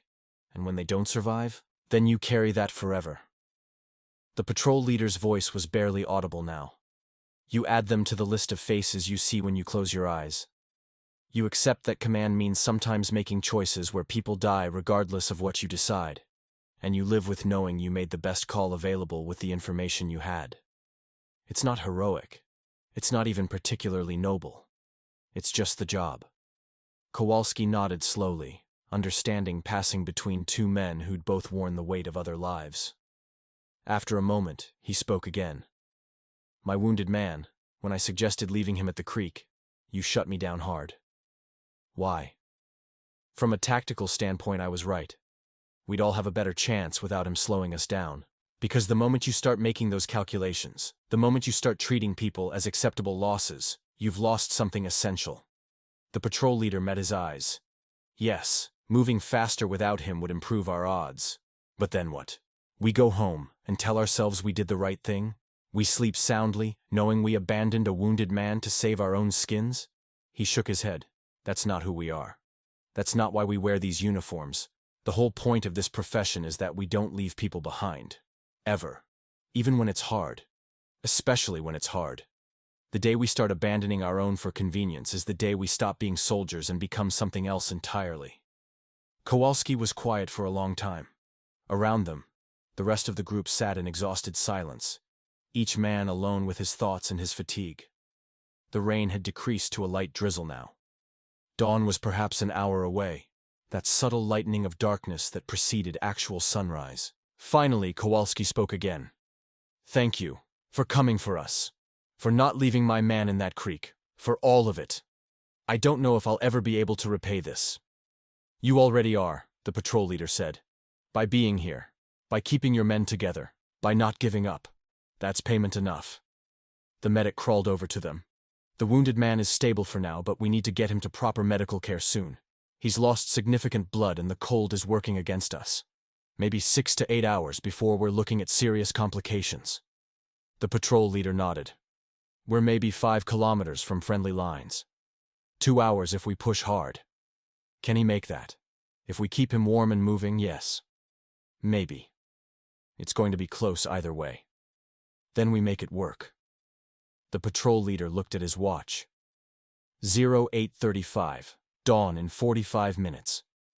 They needed to be behind Australian wire before full daylight, or everything they'd accomplished would be wasted. He stood slowly, his body protesting every movement, and looked at his ragged group of survivors. Right, gentlemen. Time to finish this. 5 kilometers to home. We've come too far to quit now. They rose slowly, helping each other up, redistributing the weight of the wounded man among 3 people now, instead of 2. Everyone was at absolute limit, but limits could be pushed when survival demanded it. That was the thing about human beings that no tactical manual could quantify. When death was the alternative, people found reserves they didn't know existed. Staff Sergeant Kowalski moved among his men, checking them, encouraging them, being the leader they needed. The patrol leader did the same with his Australians. Both groups drew strength from their sergeants, from each other, from the simple fact that they'd survived this long, and home was close enough to believe in. They started moving again. Slower now, more carefully, but still moving, still alive. All 12 of them. Because some things were worth dying for. But staying alive to uphold those things, that was worth even more. And these men, Australian and American both, had decided that tonight was not their night to die. The jungle around them was lightening gradually, that pre-dawn glow that meant their window of darkness was closing fast. They had perhaps 45 minutes of concealment left before visibility made them targets for every enemy element in the area. 45 minutes to cover 5 kilometers with exhausted men and 1 critically wounded. It was going to be very, very close. Dawn was perhaps 90 minutes away when they reached the edge of the rubber plantation. The patrol leader called a halt and moved forward with the scout to assess what lay ahead. What he saw made his stomach tighten with cold dread. The plantation stretched before them, row upon row of old rubber trees with pale trunks standing like ghostly sentinels in the pre-dawn darkness. The canopy was thinner here, which meant better visibility, but also catastrophically more exposure. And somewhere across that open ground, roughly 2 kilometers distant, was the perimeter of the Australian operational area. So close he could practically taste it. But the plantation was also the perfect killing ground for an ambush. The NVA knew the Australians were south of here. They'd know that anyone trying to reach friendly lines would have to cross this terrain. Every tactical instinct screamed that enemy forces would be positioned here, waiting for exactly this scenario. The scouts scanned the tree line with professional intensity. Could be anything out there, sir? No way to tell without getting closer, and we don't have time for proper reconnaissance. The patrol leader made a decision that went against every bit of training he'd ever received. We split up. 3 groups. My group goes straight across, most direct route. Sergeant takes left flank, you take right flank. We move fast but spread out. If one group gets hit, the others keep going and complete the extraction. The scout understood immediately what wasn't being said. The flank groups were sacrificial. They'd draw fire, pull attention, allow the center group to push through. It was brutal mathematics, but it was the only equation that gave the wounded American and the exhausted men any chance of survival. Sir, that puts you in the most exposed position with the slowest moving personnel. That's why I'm taking it. Get your group organized. The patrol leader returned to the main group and quickly explained the plan. He saw fear flash across several faces, American and Australian both. Splitting up meant some of them might not make it, might draw fire that couldn't be escaped. But staying together in that open ground meant everyone died when the ambush was sprung. The sergeant took the rifleman and 1 American to the left flank. The scout took another American to the right. The patrol leader kept the medic, the youngest trooper, the wounded soldier, Staff Sergeant Kowalski, and 2 more Americans in the center group. The slowest group, the most vulnerable, but also the most direct route to safety. At 0900 hours, they entered the plantation. The separation happened immediately. 3 groups diverging like fingers spreading. The patrol leader kept his pace steady but quick, weaving between rubber trees, trying to use them for cover while maintaining forward momentum. His senses were screaming now, that combat awareness where you process everything simultaneously and nothing surprises you because you're expecting disaster at every instant. 5 minutes in, they heard shooting. They heard It came from the left, the sergeant's position.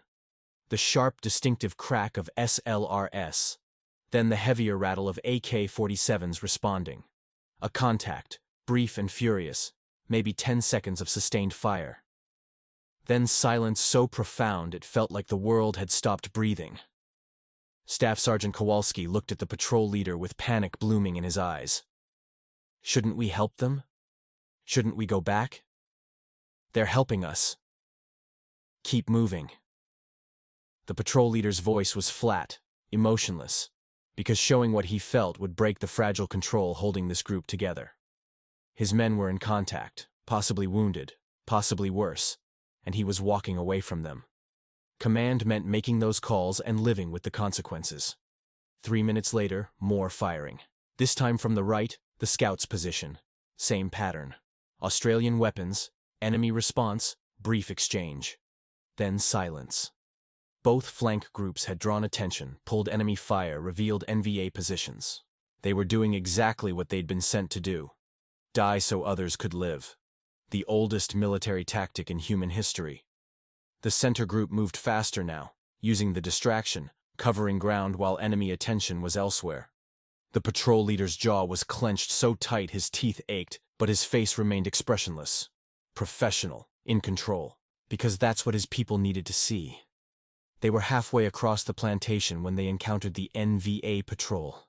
6 Vietnamese soldiers moving perpendicular to their position, weapons ready but not raised, responding to the gunfire from the flanks. Neither group had seen the other yet, but convergence was seconds away. The patrol leader signaled down. Everyone dropped into the undergrowth between rubber trees. They were exposed here, minimal cover, but movement would reveal them faster than anything else. The NVA patrol came closer. 50 meters, 40, 30. The patrol leader's hand was on his rifle grip, selector already on automatic. If they were compromised now, this close to safety, he'd have to fight. Have to put down 6 enemy soldiers and hope no one heard the shooting over the residual chaos from the flank contacts. Hope was a terrible tactical plan, but it was all he had left. 20 meters. He could see them clearly now. Young men, professional soldiers, alert and competent. One of them was smoking despite the tactical situation, the cigarette glow visible in the dim light. 15 meters. The wounded American chose that exact moment to cough. A wet, rattling sound he tried desperately to muffle against his good arm, but which carried in the silence like a gunshot. The lead NVA soldier stopped walking immediately. He turned his head toward their position, listening intently. The patrol leader felt time slow to a crawl. His finger moved to the trigger. Range was 15 meters. He could drop 3 before they reacted. Maybe 4 if he was fast. But the last 2 would return fire and alert every enemy element within a kilometer. Game over. Everyone died. The NVA soldier took 2 steps toward their position, stopped, stared directly at the clump of vegetation where 8 men lay frozen in absolute terror. 10 seconds passed. Felt like 10 hours. The soldier's face was expressionless, just doing his job, checking suspicious sounds. Then the second Vietnamese soldier said something in an irritated tone and laughed. The kind of laugh that said, "You're being paranoid. It's nothing." The first soldier looked at their position for 2 more heartbeats, then shook his head and turned away. The patrol kept moving, walking directly past them at 10 meters, completely unaware they'd just passed within spitting distance of a dozen enemy combatants. The patrol leader counted to 60 before he allowed himself to breathe normally. Then he signaled forward and they kept moving, faster now. Desperate now, because luck like that didn't happen twice, and they'd used up whatever divine intervention had been allocated to this operation. At 09:45 hours, they saw it. Wire. Concertina wire stretched between posts. The defensive perimeter of the Australian positions. Home. Safety. Survival. The patrol leader had never been so happy to see barrier obstacles in his entire life. He keyed his radio for the first time since leaving base, speaking quietly into the handset. Base. This is Patrol Actual. Request safe passage. Southern Perimeter Grid 826594. Coming in with American personnel. A moment of static. Then a familiar voice. The commander. Patrol Actual. Passage approved. Welcome home. The patrol leader looked at his exhausted group. Americans and Australians both, covered in mud, soaked through, operating on empty, but alive. All of them. Against all reasonable probability, every single one still breathing. Last leg, gentlemen. Let's go home.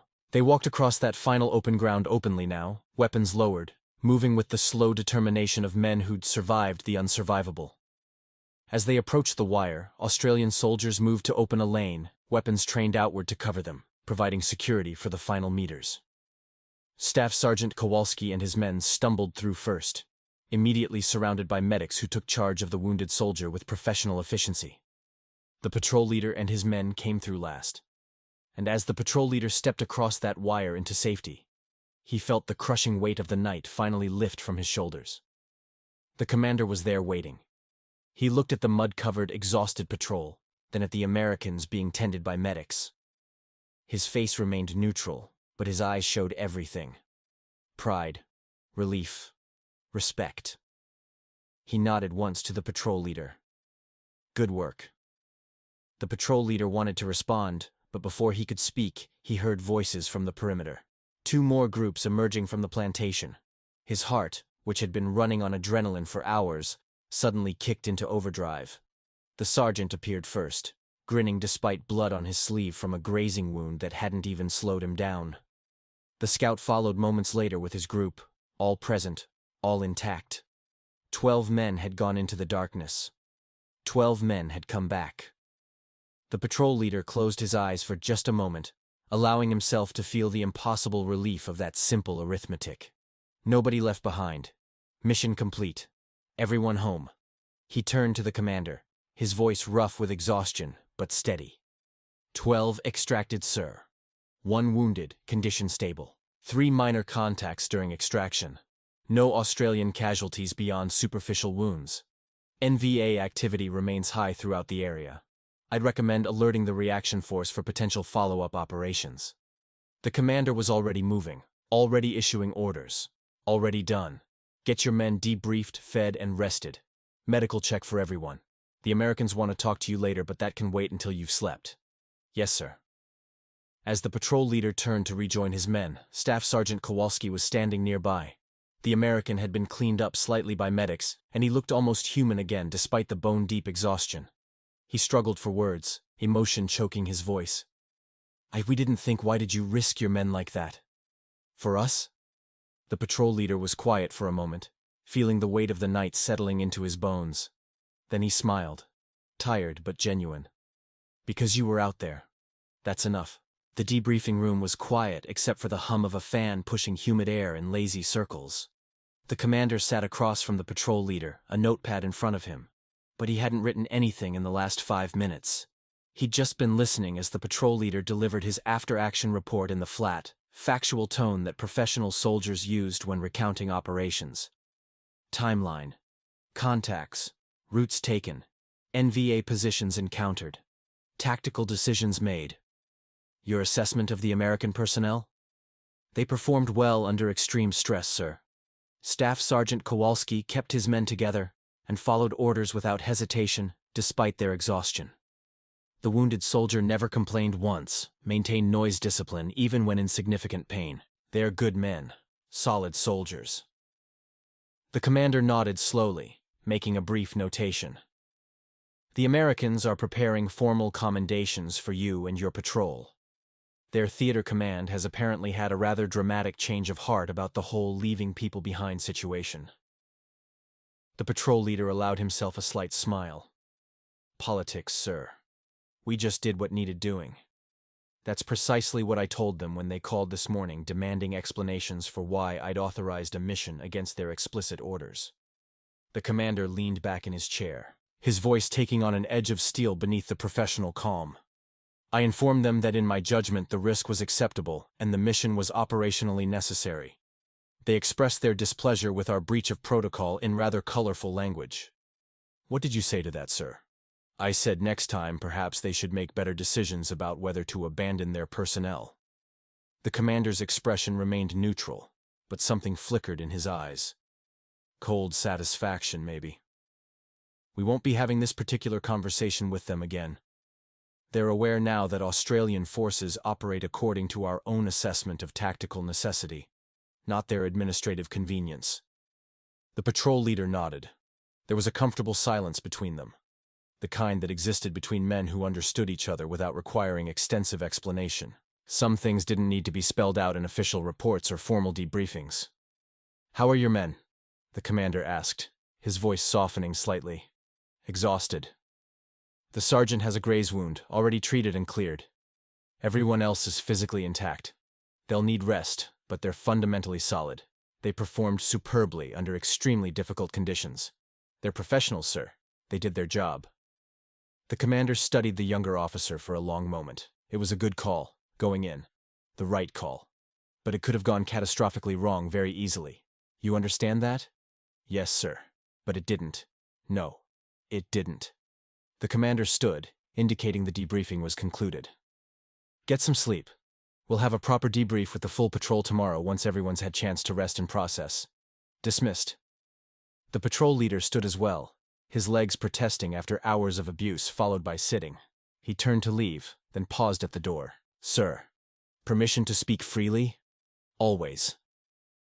"When you heard that American order to stand down, to leave those men out there until morning, did you ever actually consider following it?" The commander was quiet for a long moment. Then he shook his head with absolute certainty. "No, not for a single second. Some things are more important than following orders.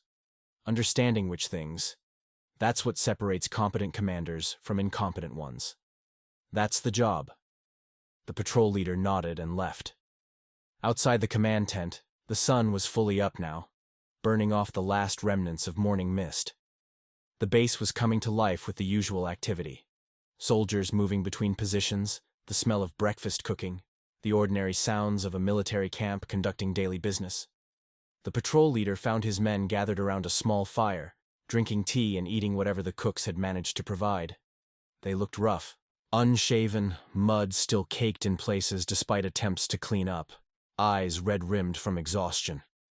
But they were laughing at something the sergeant was saying. That particular kind of laughter that comes after mortal danger has passed, and you're still breathing to appreciate it. The youngest trooper saw him first. "How'd it go, sir?"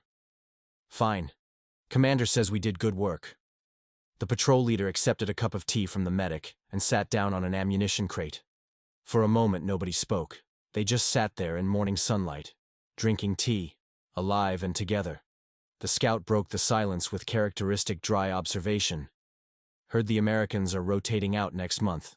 New unit coming in to replace them."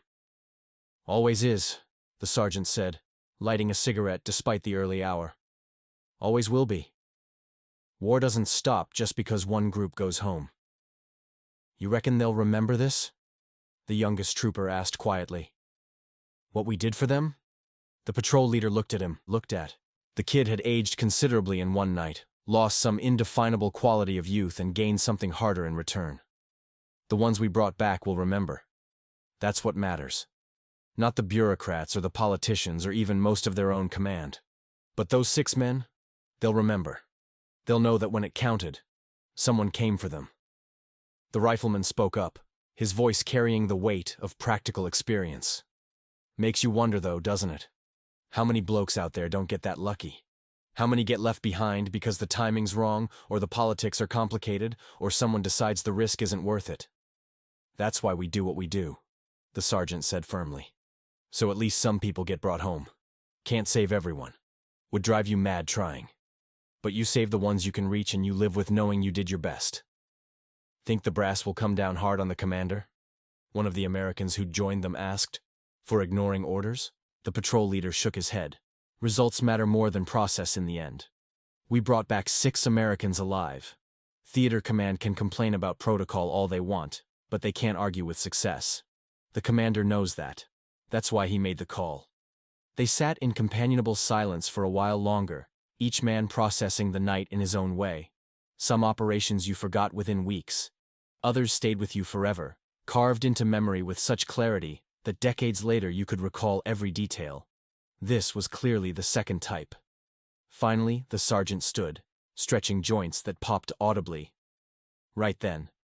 I'm for a shower, proper meal, and about 12 hours of unconsciousness. Not necessarily in that order."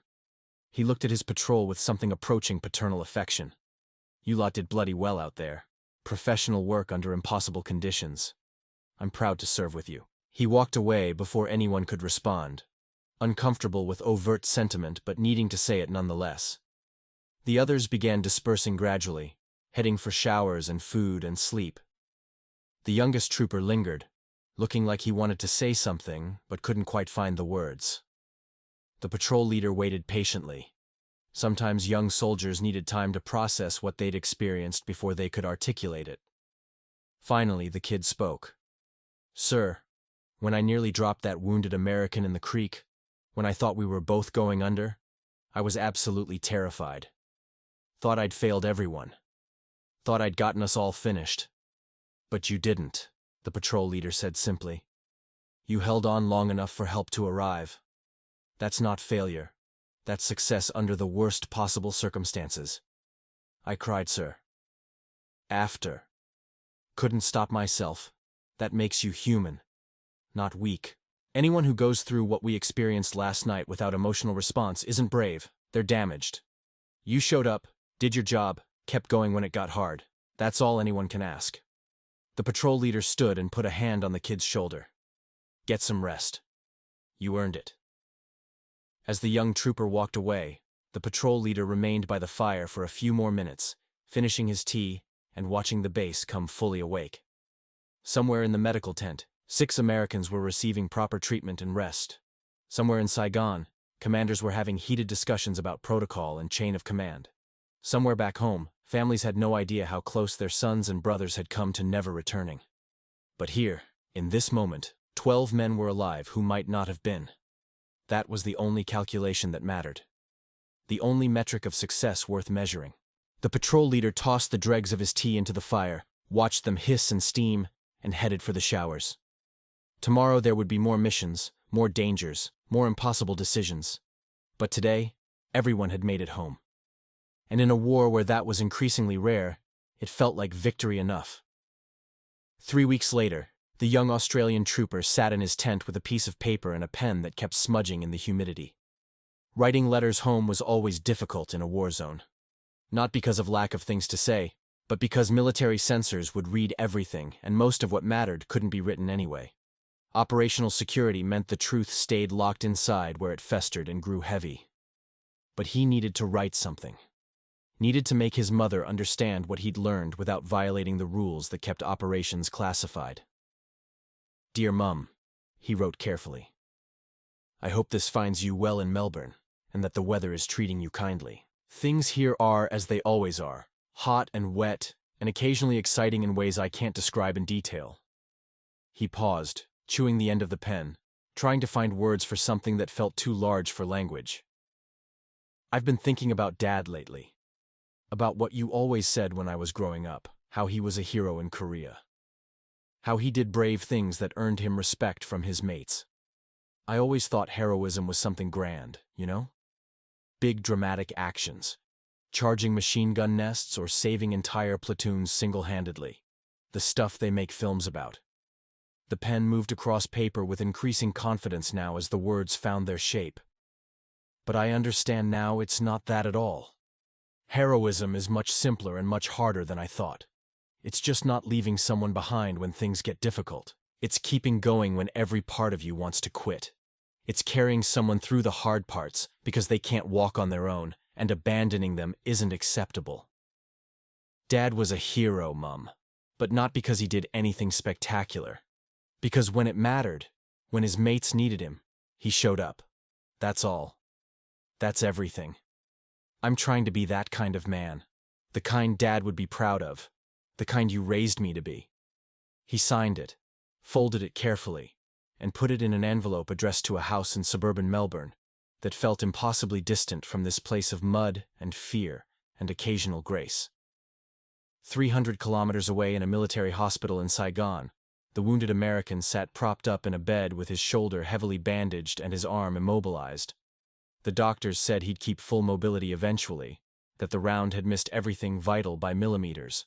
Lucky, they called it, miraculous even. He knew better. Luck had nothing to do with survival, when 6 strangers walked through hell specifically to find you. He wrote slowly with his good hand, forming words that felt inadequate for what he needed to express. Dear Sarah, I know the Army already contacted you about my wound and told you I'm recovering well. That's true medically. But there's something else I need to tell you. Something the official reports won't capture. I shouldn't have survived.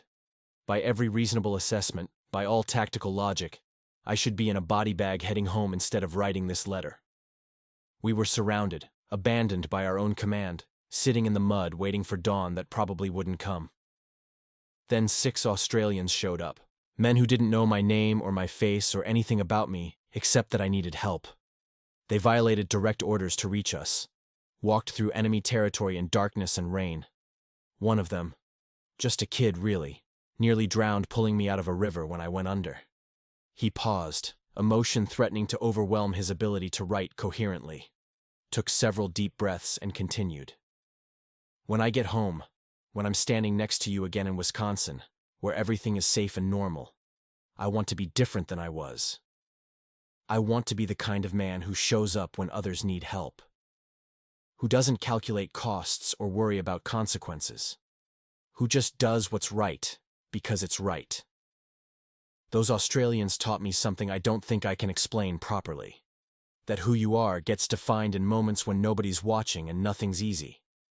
That the measure of a man isn't what he does when it's convenient, but what he does when it costs him everything. I love you. I'm coming home, and I'm going to spend the rest of my life trying to be worthy of what those men did for me. He signed it, sealed it, handed it to a nurse who promised it would go out with the next mail run. Both letters traveled separate paths, one to Australia, one to America. Physical documents carrying emotional weight that transcended geography and nationality.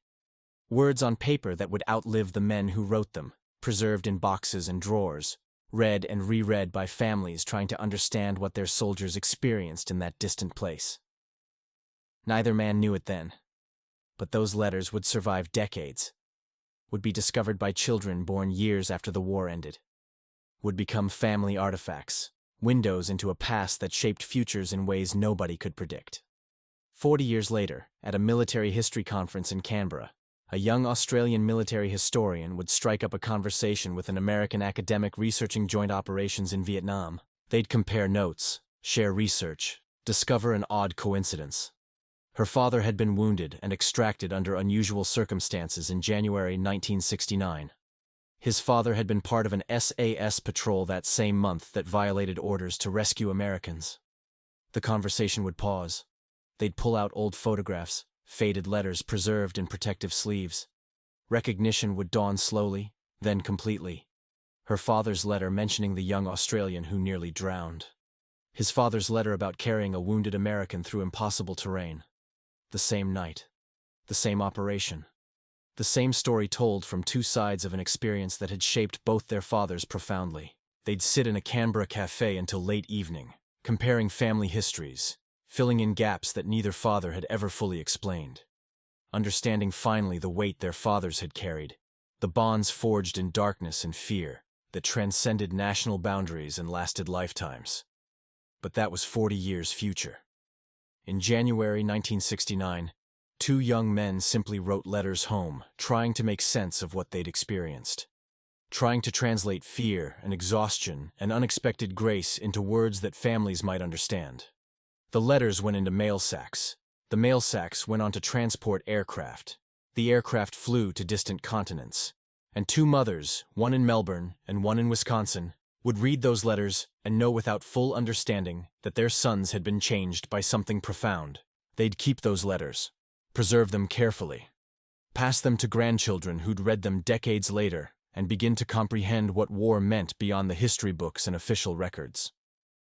Because some truths survived only in personal documents, in handwritten words that captured emotion no official report could contain. In letters that said I survived and I learned something and I'm different now, and I hope you understand why.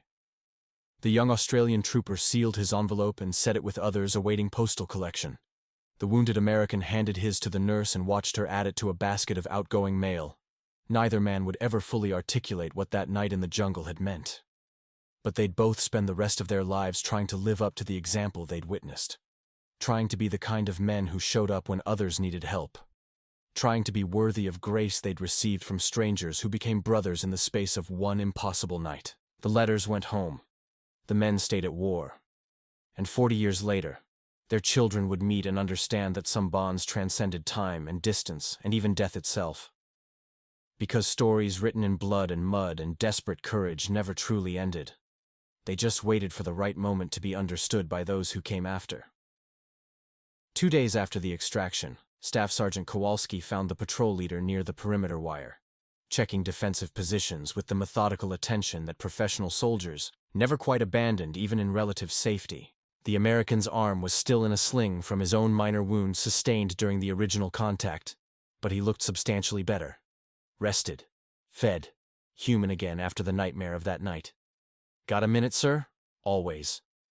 They walked along the wire together, not saying much at first, just two soldiers sharing space in the way men do when words feel inadequate for what needs to be expressed.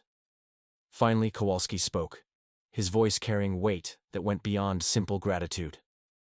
"My wounded man, the one your kid nearly drowned trying to save. Doctors say he's going to make it. Keep the arm. Probably even full mobility once it heals properly. They're flying him to Japan tomorrow for additional surgery, but prognosis is excellent. That's good news." "Yeah." Kowalski was quiet for a moment, watching Australian soldiers conduct their daily routines. "I wanted to ask you something I've been thinking about constantly since that night. How do you live with it? Making decisions that put your people in mortal danger? That kid who carried my man through the creek, he's what, 21? 22? And you sent him into hell knowing he might not come back." The patrol leader had answered this question before, would probably answer it again throughout his career, but it never got easier.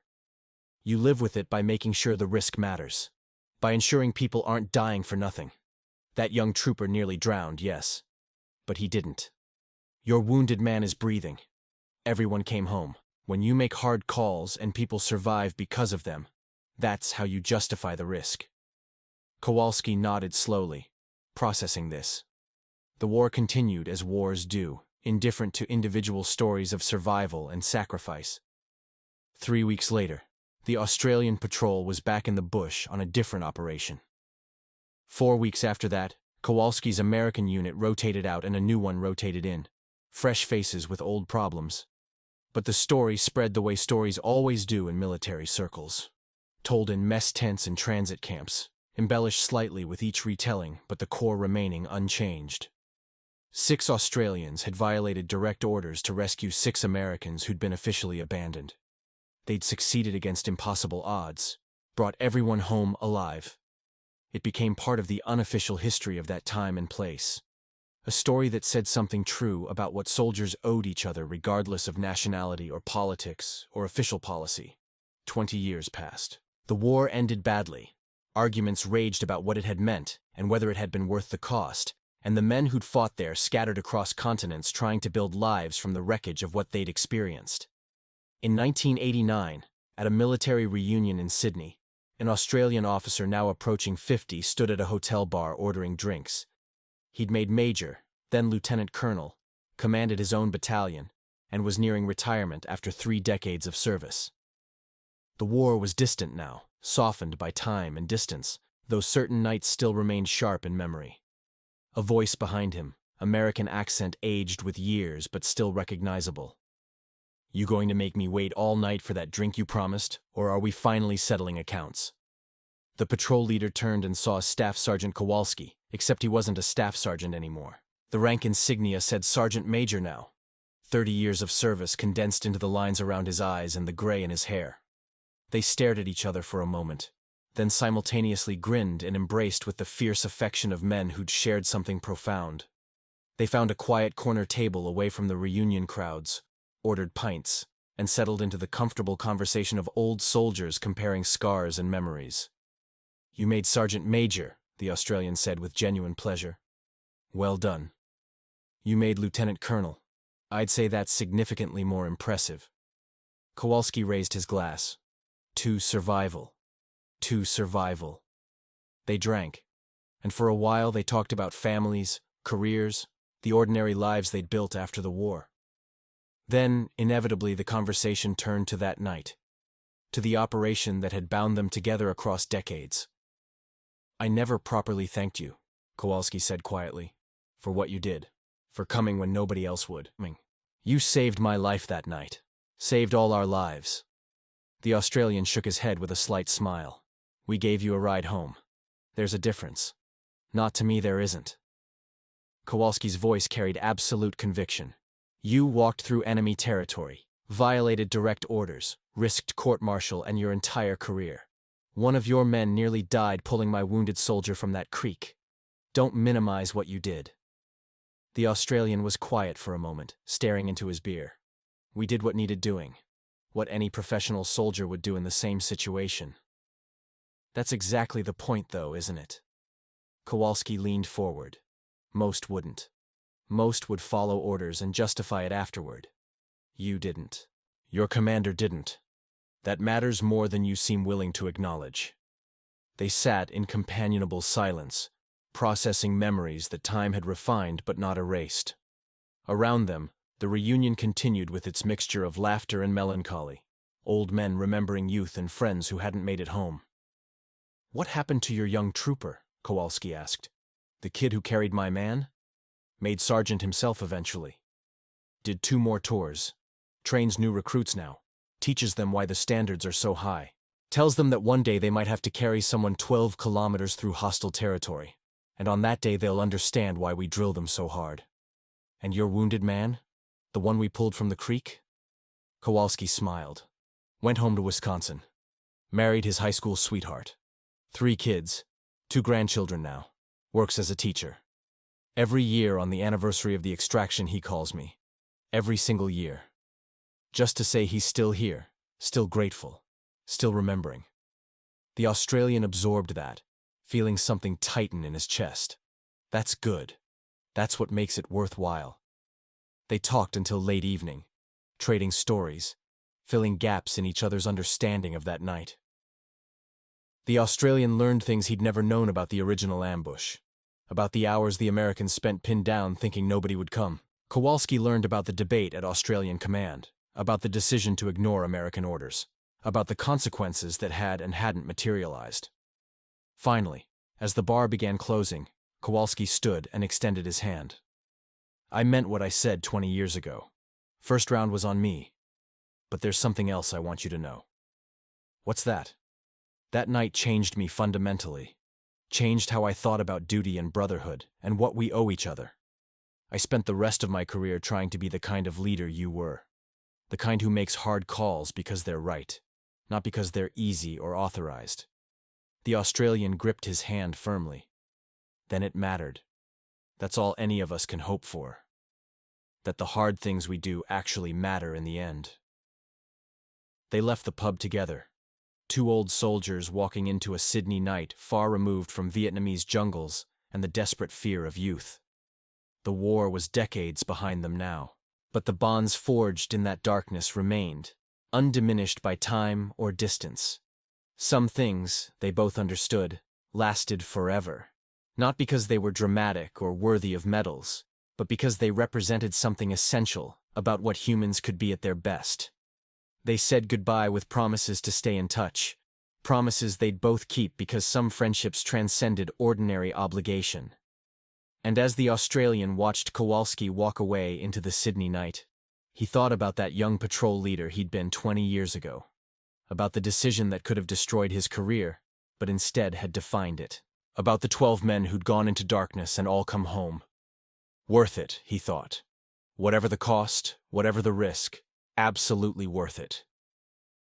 He turned and walked back toward his hotel, carrying memories that would stay sharp until his final day. Because some nights never faded, some choices echoed through decades, and some debts, the good kind, could never fully be repaid because gratitude for life itself was infinite and eternal. The Sydney night was warm, the war was distant history, but the brotherhood forged in mud and fear and desperate courage remained as real as it had been 20 years ago in a jungle half a world away. That was enough. That was everything. The wounded American who'd been pulled from that creek made a full recovery, though the shoulder ached before rain for the rest of his life. He served out his tour, went home to Wisconsin in late 1969, and married Sarah within 3 months of touching American soil. They had 3 children over the next decade, 2 daughters and a son. None of them would have existed if 6 Australians hadn't walked through hell on a rainy night in January. Every year on the anniversary, he raised a glass alone in his study before dinner. His family knew not to interrupt this private ritual. He'd pour bourbon, hold it up to a photograph of 6 mud-covered Australians taken the morning after the extraction, and speak quietly to men thousands of kilometers away, to the ones who came when nobody else would. "You gave me everything I have. Everything." Then he'd drink, put the glass down, and rejoin his family for dinner. His children grew up knowing their father had been saved by strangers who became permanent ghosts in their household. Honored ghosts, revered ones. The young Australian trooper who'd nearly drowned carrying that wounded man, made sergeant by 1973. He stayed in the regiment, did 2 more tours, and eventually became a training instructor at Swanbourne. He was harder on recruits than most instructors, demanded standards that seemed impossible, pushed men beyond what they thought they could endure. When they complained, when they asked why the training had to be so brutal, he'd gather them close and speak with absolute conviction. Because one day, maybe one night when everything's gone wrong and the world's trying to end you, you might have to carry someone 12 kilometers through hostile territory. You might have to keep moving when your body's screaming to quit. When that day comes, when you're at the edge of what's humanly possible, you'll understand why we train like this. You'll be grateful we pushed you this hard. Most recruits didn't fully comprehend until years later, until they'd face their own impossible nights. Then they'd remember that sergeant's words and understand completely. The scout who'd led that patrol through darkness, made warrant officer and served until mandatory retirement. His office wall held dozens of photographs from 3 decades of service, but one held pride of place. 6 exhausted, mud-covered soldiers sitting around a fire the morning after the extraction. Young men who'd survived something that should have destroyed them. He kept it there as a reminder of what the profession meant at its core. When young officers visited his office for mentorship or advice, they'd inevitably ask about that photograph. Who were those men? What operation? He'd tell them the story, not for glory or self-aggrandizement, but as education, as transmission of values that couldn't be taught from manuals. The story became part of the regiment's unofficial curriculum, not in written doctrine or formal instruction, but in the oral tradition that militaries maintain across generations. New officers and enlisted personnel alike heard it during their training, usually late at night when guards were down and truth could be spoken plainly. Instructors would present it as a case study in decision-making under pressure. What would you have done? That was always the question posed to young soldiers wrestling with their own understanding of duty and orders and moral obligation. Some said they'd have followed American orders. Better to preserve 6 Australian lives than risk 12 trying to save men already written off.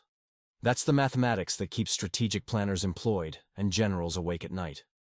Others said they'd have gone in immediately without the careful planning and preparation. Speed over caution, aggression over deliberation. That's the kind of thinking that fills military cemeteries and breaks families. The right answer, instructors would explain, existed somewhere between those extremes. You assess risk honestly. You make a realistic plan. You trust your training and your people. Then you execute with everything you have. But more than tactics or strategy, the story taught something harder to quantify. It demonstrated that some bonds transcended national boundaries and chains of command. That the man pinned down in darkness isn't just an American or an ally or a strategic asset. He's a soldier, someone's son or brother or father.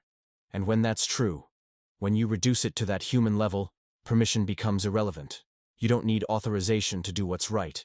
You just do it, and accept whatever consequences follow. The medic who'd performed CPR on that creek bank eventually left active service and worked in emergency medicine in Brisbane. But he never forgot the sensation of that soldier's heart stopping beneath his hands. The desperate minutes of resuscitation in darkness and rain. The overwhelming relief when breath returned. It informed every emergency he treated for the next 40 years. Every patient became that wounded American. Every life saved was that same life saved again and again. The rifleman stayed in until retirement, trained snipers, passed on skills he'd refined over decades. But when students asked about his combat experience, about the operations that mattered most, he always came back to that night. Not because of the tactical challenges or the danger, though both were significant, but because it represented a moment when everything hung in balance and good men made good choices. The sergeant with the gravelly voice did 3 more tours, before a more serious wound finally sent him home permanently. He walked with a pronounced limp afterward, but never complained about it. When people thanked him for his service, he'd deflect with characteristic dry humor. Just did my job, same as anyone else. But those who knew him, who'd served alongside him, understood he'd done considerably more than just his job. He'd been the steady presence that kept young soldiers functional when fear threatened to overwhelm them. The experienced hand that guided without condescension. The professional who led by example rather than speeches. Staff Sergeant Kowalski, the American who'd briefly suggested leaving his wounded man, carried that moment of weakness as a private shame for years. But it also became the defining lesson of his military career. He went on to become a sergeant major, spent 3 decades training soldiers, and built his entire leadership philosophy around a simple principle. You never leave people behind. Not when it's hard. Not when it costs you everything. Especially not then. Because who you are gets defined in those moments when abandonment would be easier than commitment. His soldiers knew him as demanding but fair, harsh but protective. A leader who would sacrifice his own advancement to ensure his people were cared for. That came directly from watching an Australian patrol leader refuse to abandon a wounded man, even when tactical logic suggested otherwise. The patrol leader himself made lieutenant colonel, commanded a battalion, and retired after 30 years with the kind of quiet competence that marked truly excellent officers. He never spoke about that night as his greatest achievement. When pressed about career highlights, he'd mention other operations, different challenges. But people who knew him understood that the extraction in the Long Green was different. Not because it was more dangerous than other missions he'd led, though it certainly qualified. Not because it was more successful, though bringing 12 men home alive was an extraordinary feat. It was different because it represented a moment when orders said one thing and conscience said another, and he'd chosen conscience. Some called that disobedience. He called it leadership. The children born because fathers survived that night grew up hearing fragments of the story. Never the full horror. Parents shielded them from that, but enough to understand their existence wasn't guaranteed. That life was fragile, and courage was real, and brotherhood transcended things that seemed important, but ultimately weren't. Some of those children joined militaries themselves, carrying forward traditions their fathers had honored. Others became teachers, doctors, civil servants. All of them understood at some level that their lives represented a debt that couldn't be repaid, but could be honored through how they lived. The story persisted because it contained essential truth. In an age of precision weapons and technological warfare, there remained something powerful about the image of soldiers walking through darkness, specifically to reach other soldiers in trouble. It was ancient and primal, and fundamentally human in ways that transcended modern military doctrine. Professional militaries understood this instinctively. They preserved such stories not as propaganda, but as cultural transmission. This is who we are. This is what we believe. This is what we'll do when it matters. New generations of soldiers learned the story and carried it forward. Added it to the collection of unofficial histories that shaped understanding of what the profession meant beyond rank and regulations. Why you showed up when it was hard.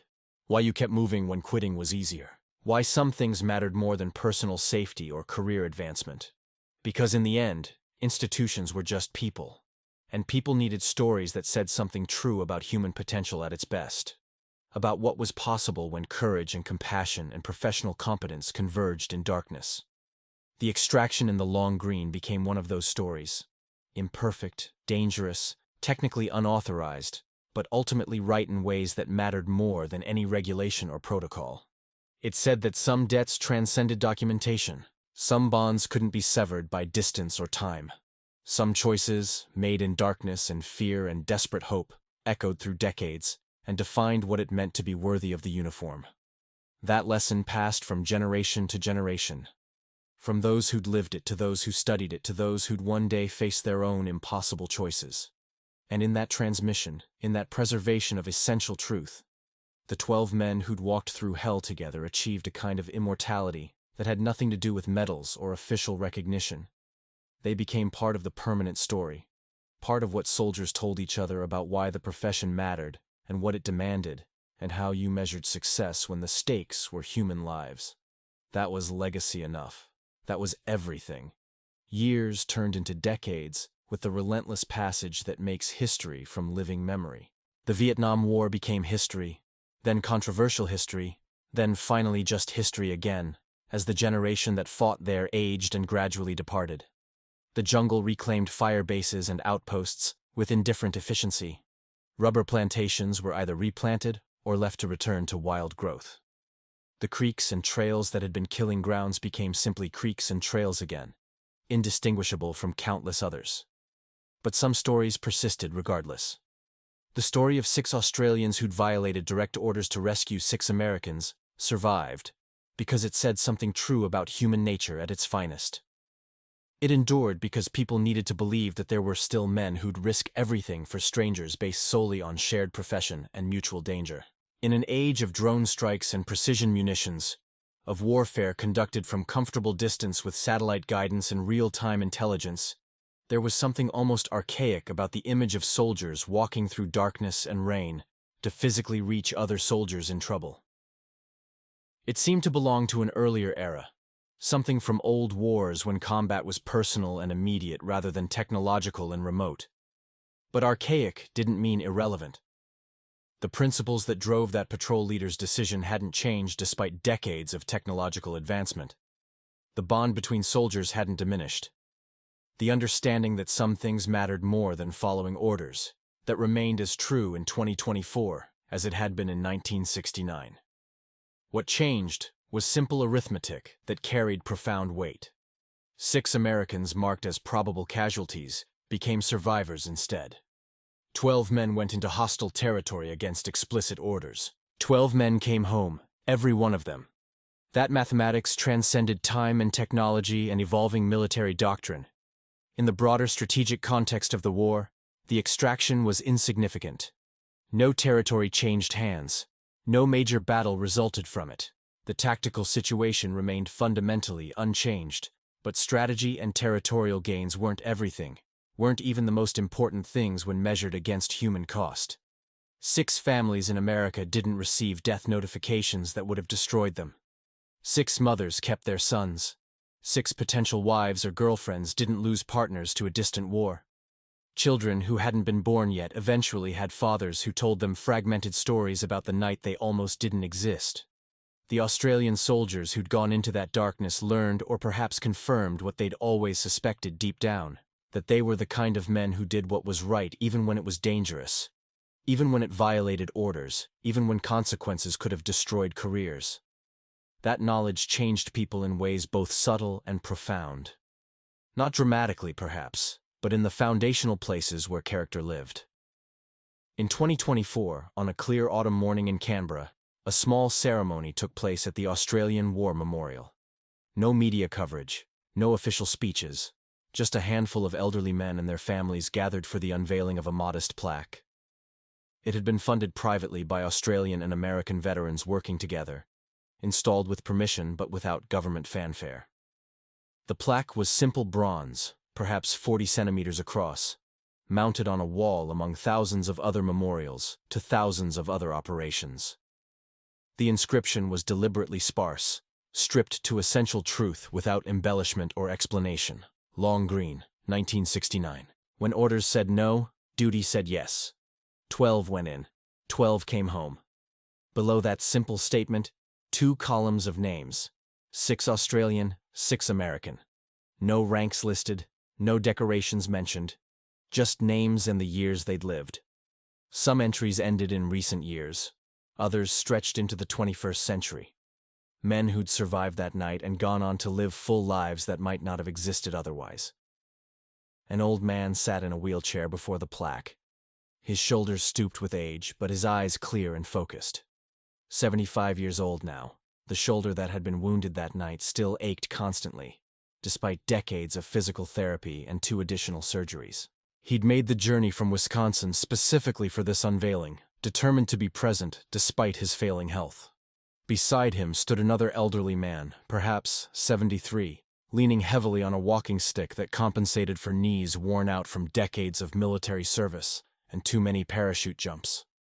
He'd been the youngest member of that Australian patrol, the one who'd carried the wounded American through darkness and nearly drowned doing it. They didn't speak. Didn't need to. They simply existed together in that moment, 2 old men bound by a single night 55 years previous. The American reached out slowly with his good hand. The Australian clasped it without hesitation. They stood like that for several minutes, holding on to each other in the memory of who they'd been when everything was possible, and death was close, and courage meant simply not quitting. Around them, families gathered quietly, children and grandchildren who existed because 12 men had survived an impossible night. They understood, to the extent that those who hadn't been there could understand, that their presence represented something larger than individual choice or military operation. They represented what happened when human beings chose compassion over calculation. When soldiers remembered that beneath flags and strategies and geopolitical considerations, they were dealing with lives that mattered infinitely to the people who loved them. The inscription on that plaque captured it perfectly in its deliberate simplicity. No heroic language, no dramatic proclamations, just plain truth carved into bronze where it would outlast everyone who'd lived the events it commemorated. When orders said no, duty said yes. That was the essential lesson. That sometimes, rarely but critically, following orders meant abandoning what made the profession honorable. That understanding the difference between lawful orders and moral imperatives was what separated good soldiers from those simply following instructions. 12 went in. 12 came home. The mathematics of success measured in the only metric that ultimately mattered. Not territory gained, or enemies neutralized, or strategic objectives achieved. Just human beings who'd gone into darkness and emerged together. All of them. Every single one. The old American in the wheelchair looked up at his Australian companion, his voice rough with age and emotion. Still here. Both of us. Still here. The Australian nodded slowly, understanding perfectly what wasn't being said. All the years that had followed, all the experiences and joys and sorrows and ordinary miracles of life, existed only because 6 men had decided that orders weren't as important as conscience. The families began moving away gradually, giving the 2 old soldiers privacy for their communion with memory and mortality. Soon it would be just the plaque and the names carved into it, permanent record of a night when everything hung in balance and good men made it right. But for now, in this moment, it was 2 survivors holding hands and remembering. Remembering fear and exhaustion and desperate hope. Remembering the sound of rain on jungle canopy and the weight of wounded men, and the specific terror of knowing that survival required miracles. Remembering that miracles sometimes looked like 6 mud-covered soldiers appearing out of darkness with absolute certainty in their voices. We're here to get you out. We're taking you home. That simple promise, made in hell and kept through impossible circumstances, had echoed through 55 years, had shaped lives and created families and taught generations about what humans could be when stripped to essentials. The story would outlive everyone who'd participated in it, would be told to new soldiers facing their own impossible choices, would remind future generations that technology and doctrine and strategic thinking, important as they were, couldn't replace the fundamental human bond that made military service more than just organized violence. Some things couldn't be taught from manuals or lectures, could only be transmitted through stories that captured essential truth about courage and compassion and the choices that defined character. This was one of those stories, preserved now in bronze, but living primarily in the hearts of those who understood what it represented. Not heroism in the conventional sense, but something perhaps more important. The simple, stubborn insistence that people mattered more than protocols, that life was worth risking everything to preserve, that brotherhood transcended national boundaries and made strangers into family. The sun moved across the memorial wall, casting shadows that shifted with the hours. The 2 old men remained, unwilling to leave quite yet, holding on to this moment of communion with their younger selves, and the men they'd been before age and time had weakened what once was strong. Eventually they'd leave, return to families, to ordinary lives, to the slow decline that awaited all who lived long enough. But this moment, this connection with the night that had defined them both, would stay vivid until their final days. Because some experiences carved themselves so deeply into identity that they became inseparable from who you were. And that night in the long green, when 12 men walked through hell and all came home, was exactly that kind of experience. The plaque would remain long after they were gone. Silent testimony to a moment when humanity trumped bureaucracy. When courage manifested not as dramatic action, but as simple refusal to abandon those who needed help. Future visitors would pause, read the inscription, perhaps wonder about the story behind those 12 names. Some would research it, find fragments in military archives and fading memories. Others would simply move on, another plaque among thousands in a memorial dedicated to sacrifice. But the truth it represented would endure, because it spoke to something fundamental in the human spirit that transcended time and circumstance. The understanding that we're responsible for each other, that brotherhood means showing up when it's hard, that some debts can never be repaid, but must be honored through how we live. 12 went in, 12 came home. In the end, that was all that mattered. That was everything. And carved into bronze on a wall in Canberra, it would stand as permanent reminder that sometimes, when everything else fails, simple human decency is enough to work miracles. The two old soldiers finally released each other's hands and began the slow journey back to their families. Behind them, the plaque gleamed quietly in afternoon sun, holding truth that would outlast everyone who read it. Some stories never died. They just waited patiently for the next generation to discover them and understand what they meant about being human at our absolute best. This was one of those stories. And it would endure as long as people believed that courage and compassion mattered more than convenience or protocol. Forever, in other words. Or as close to forever as humans could achieve.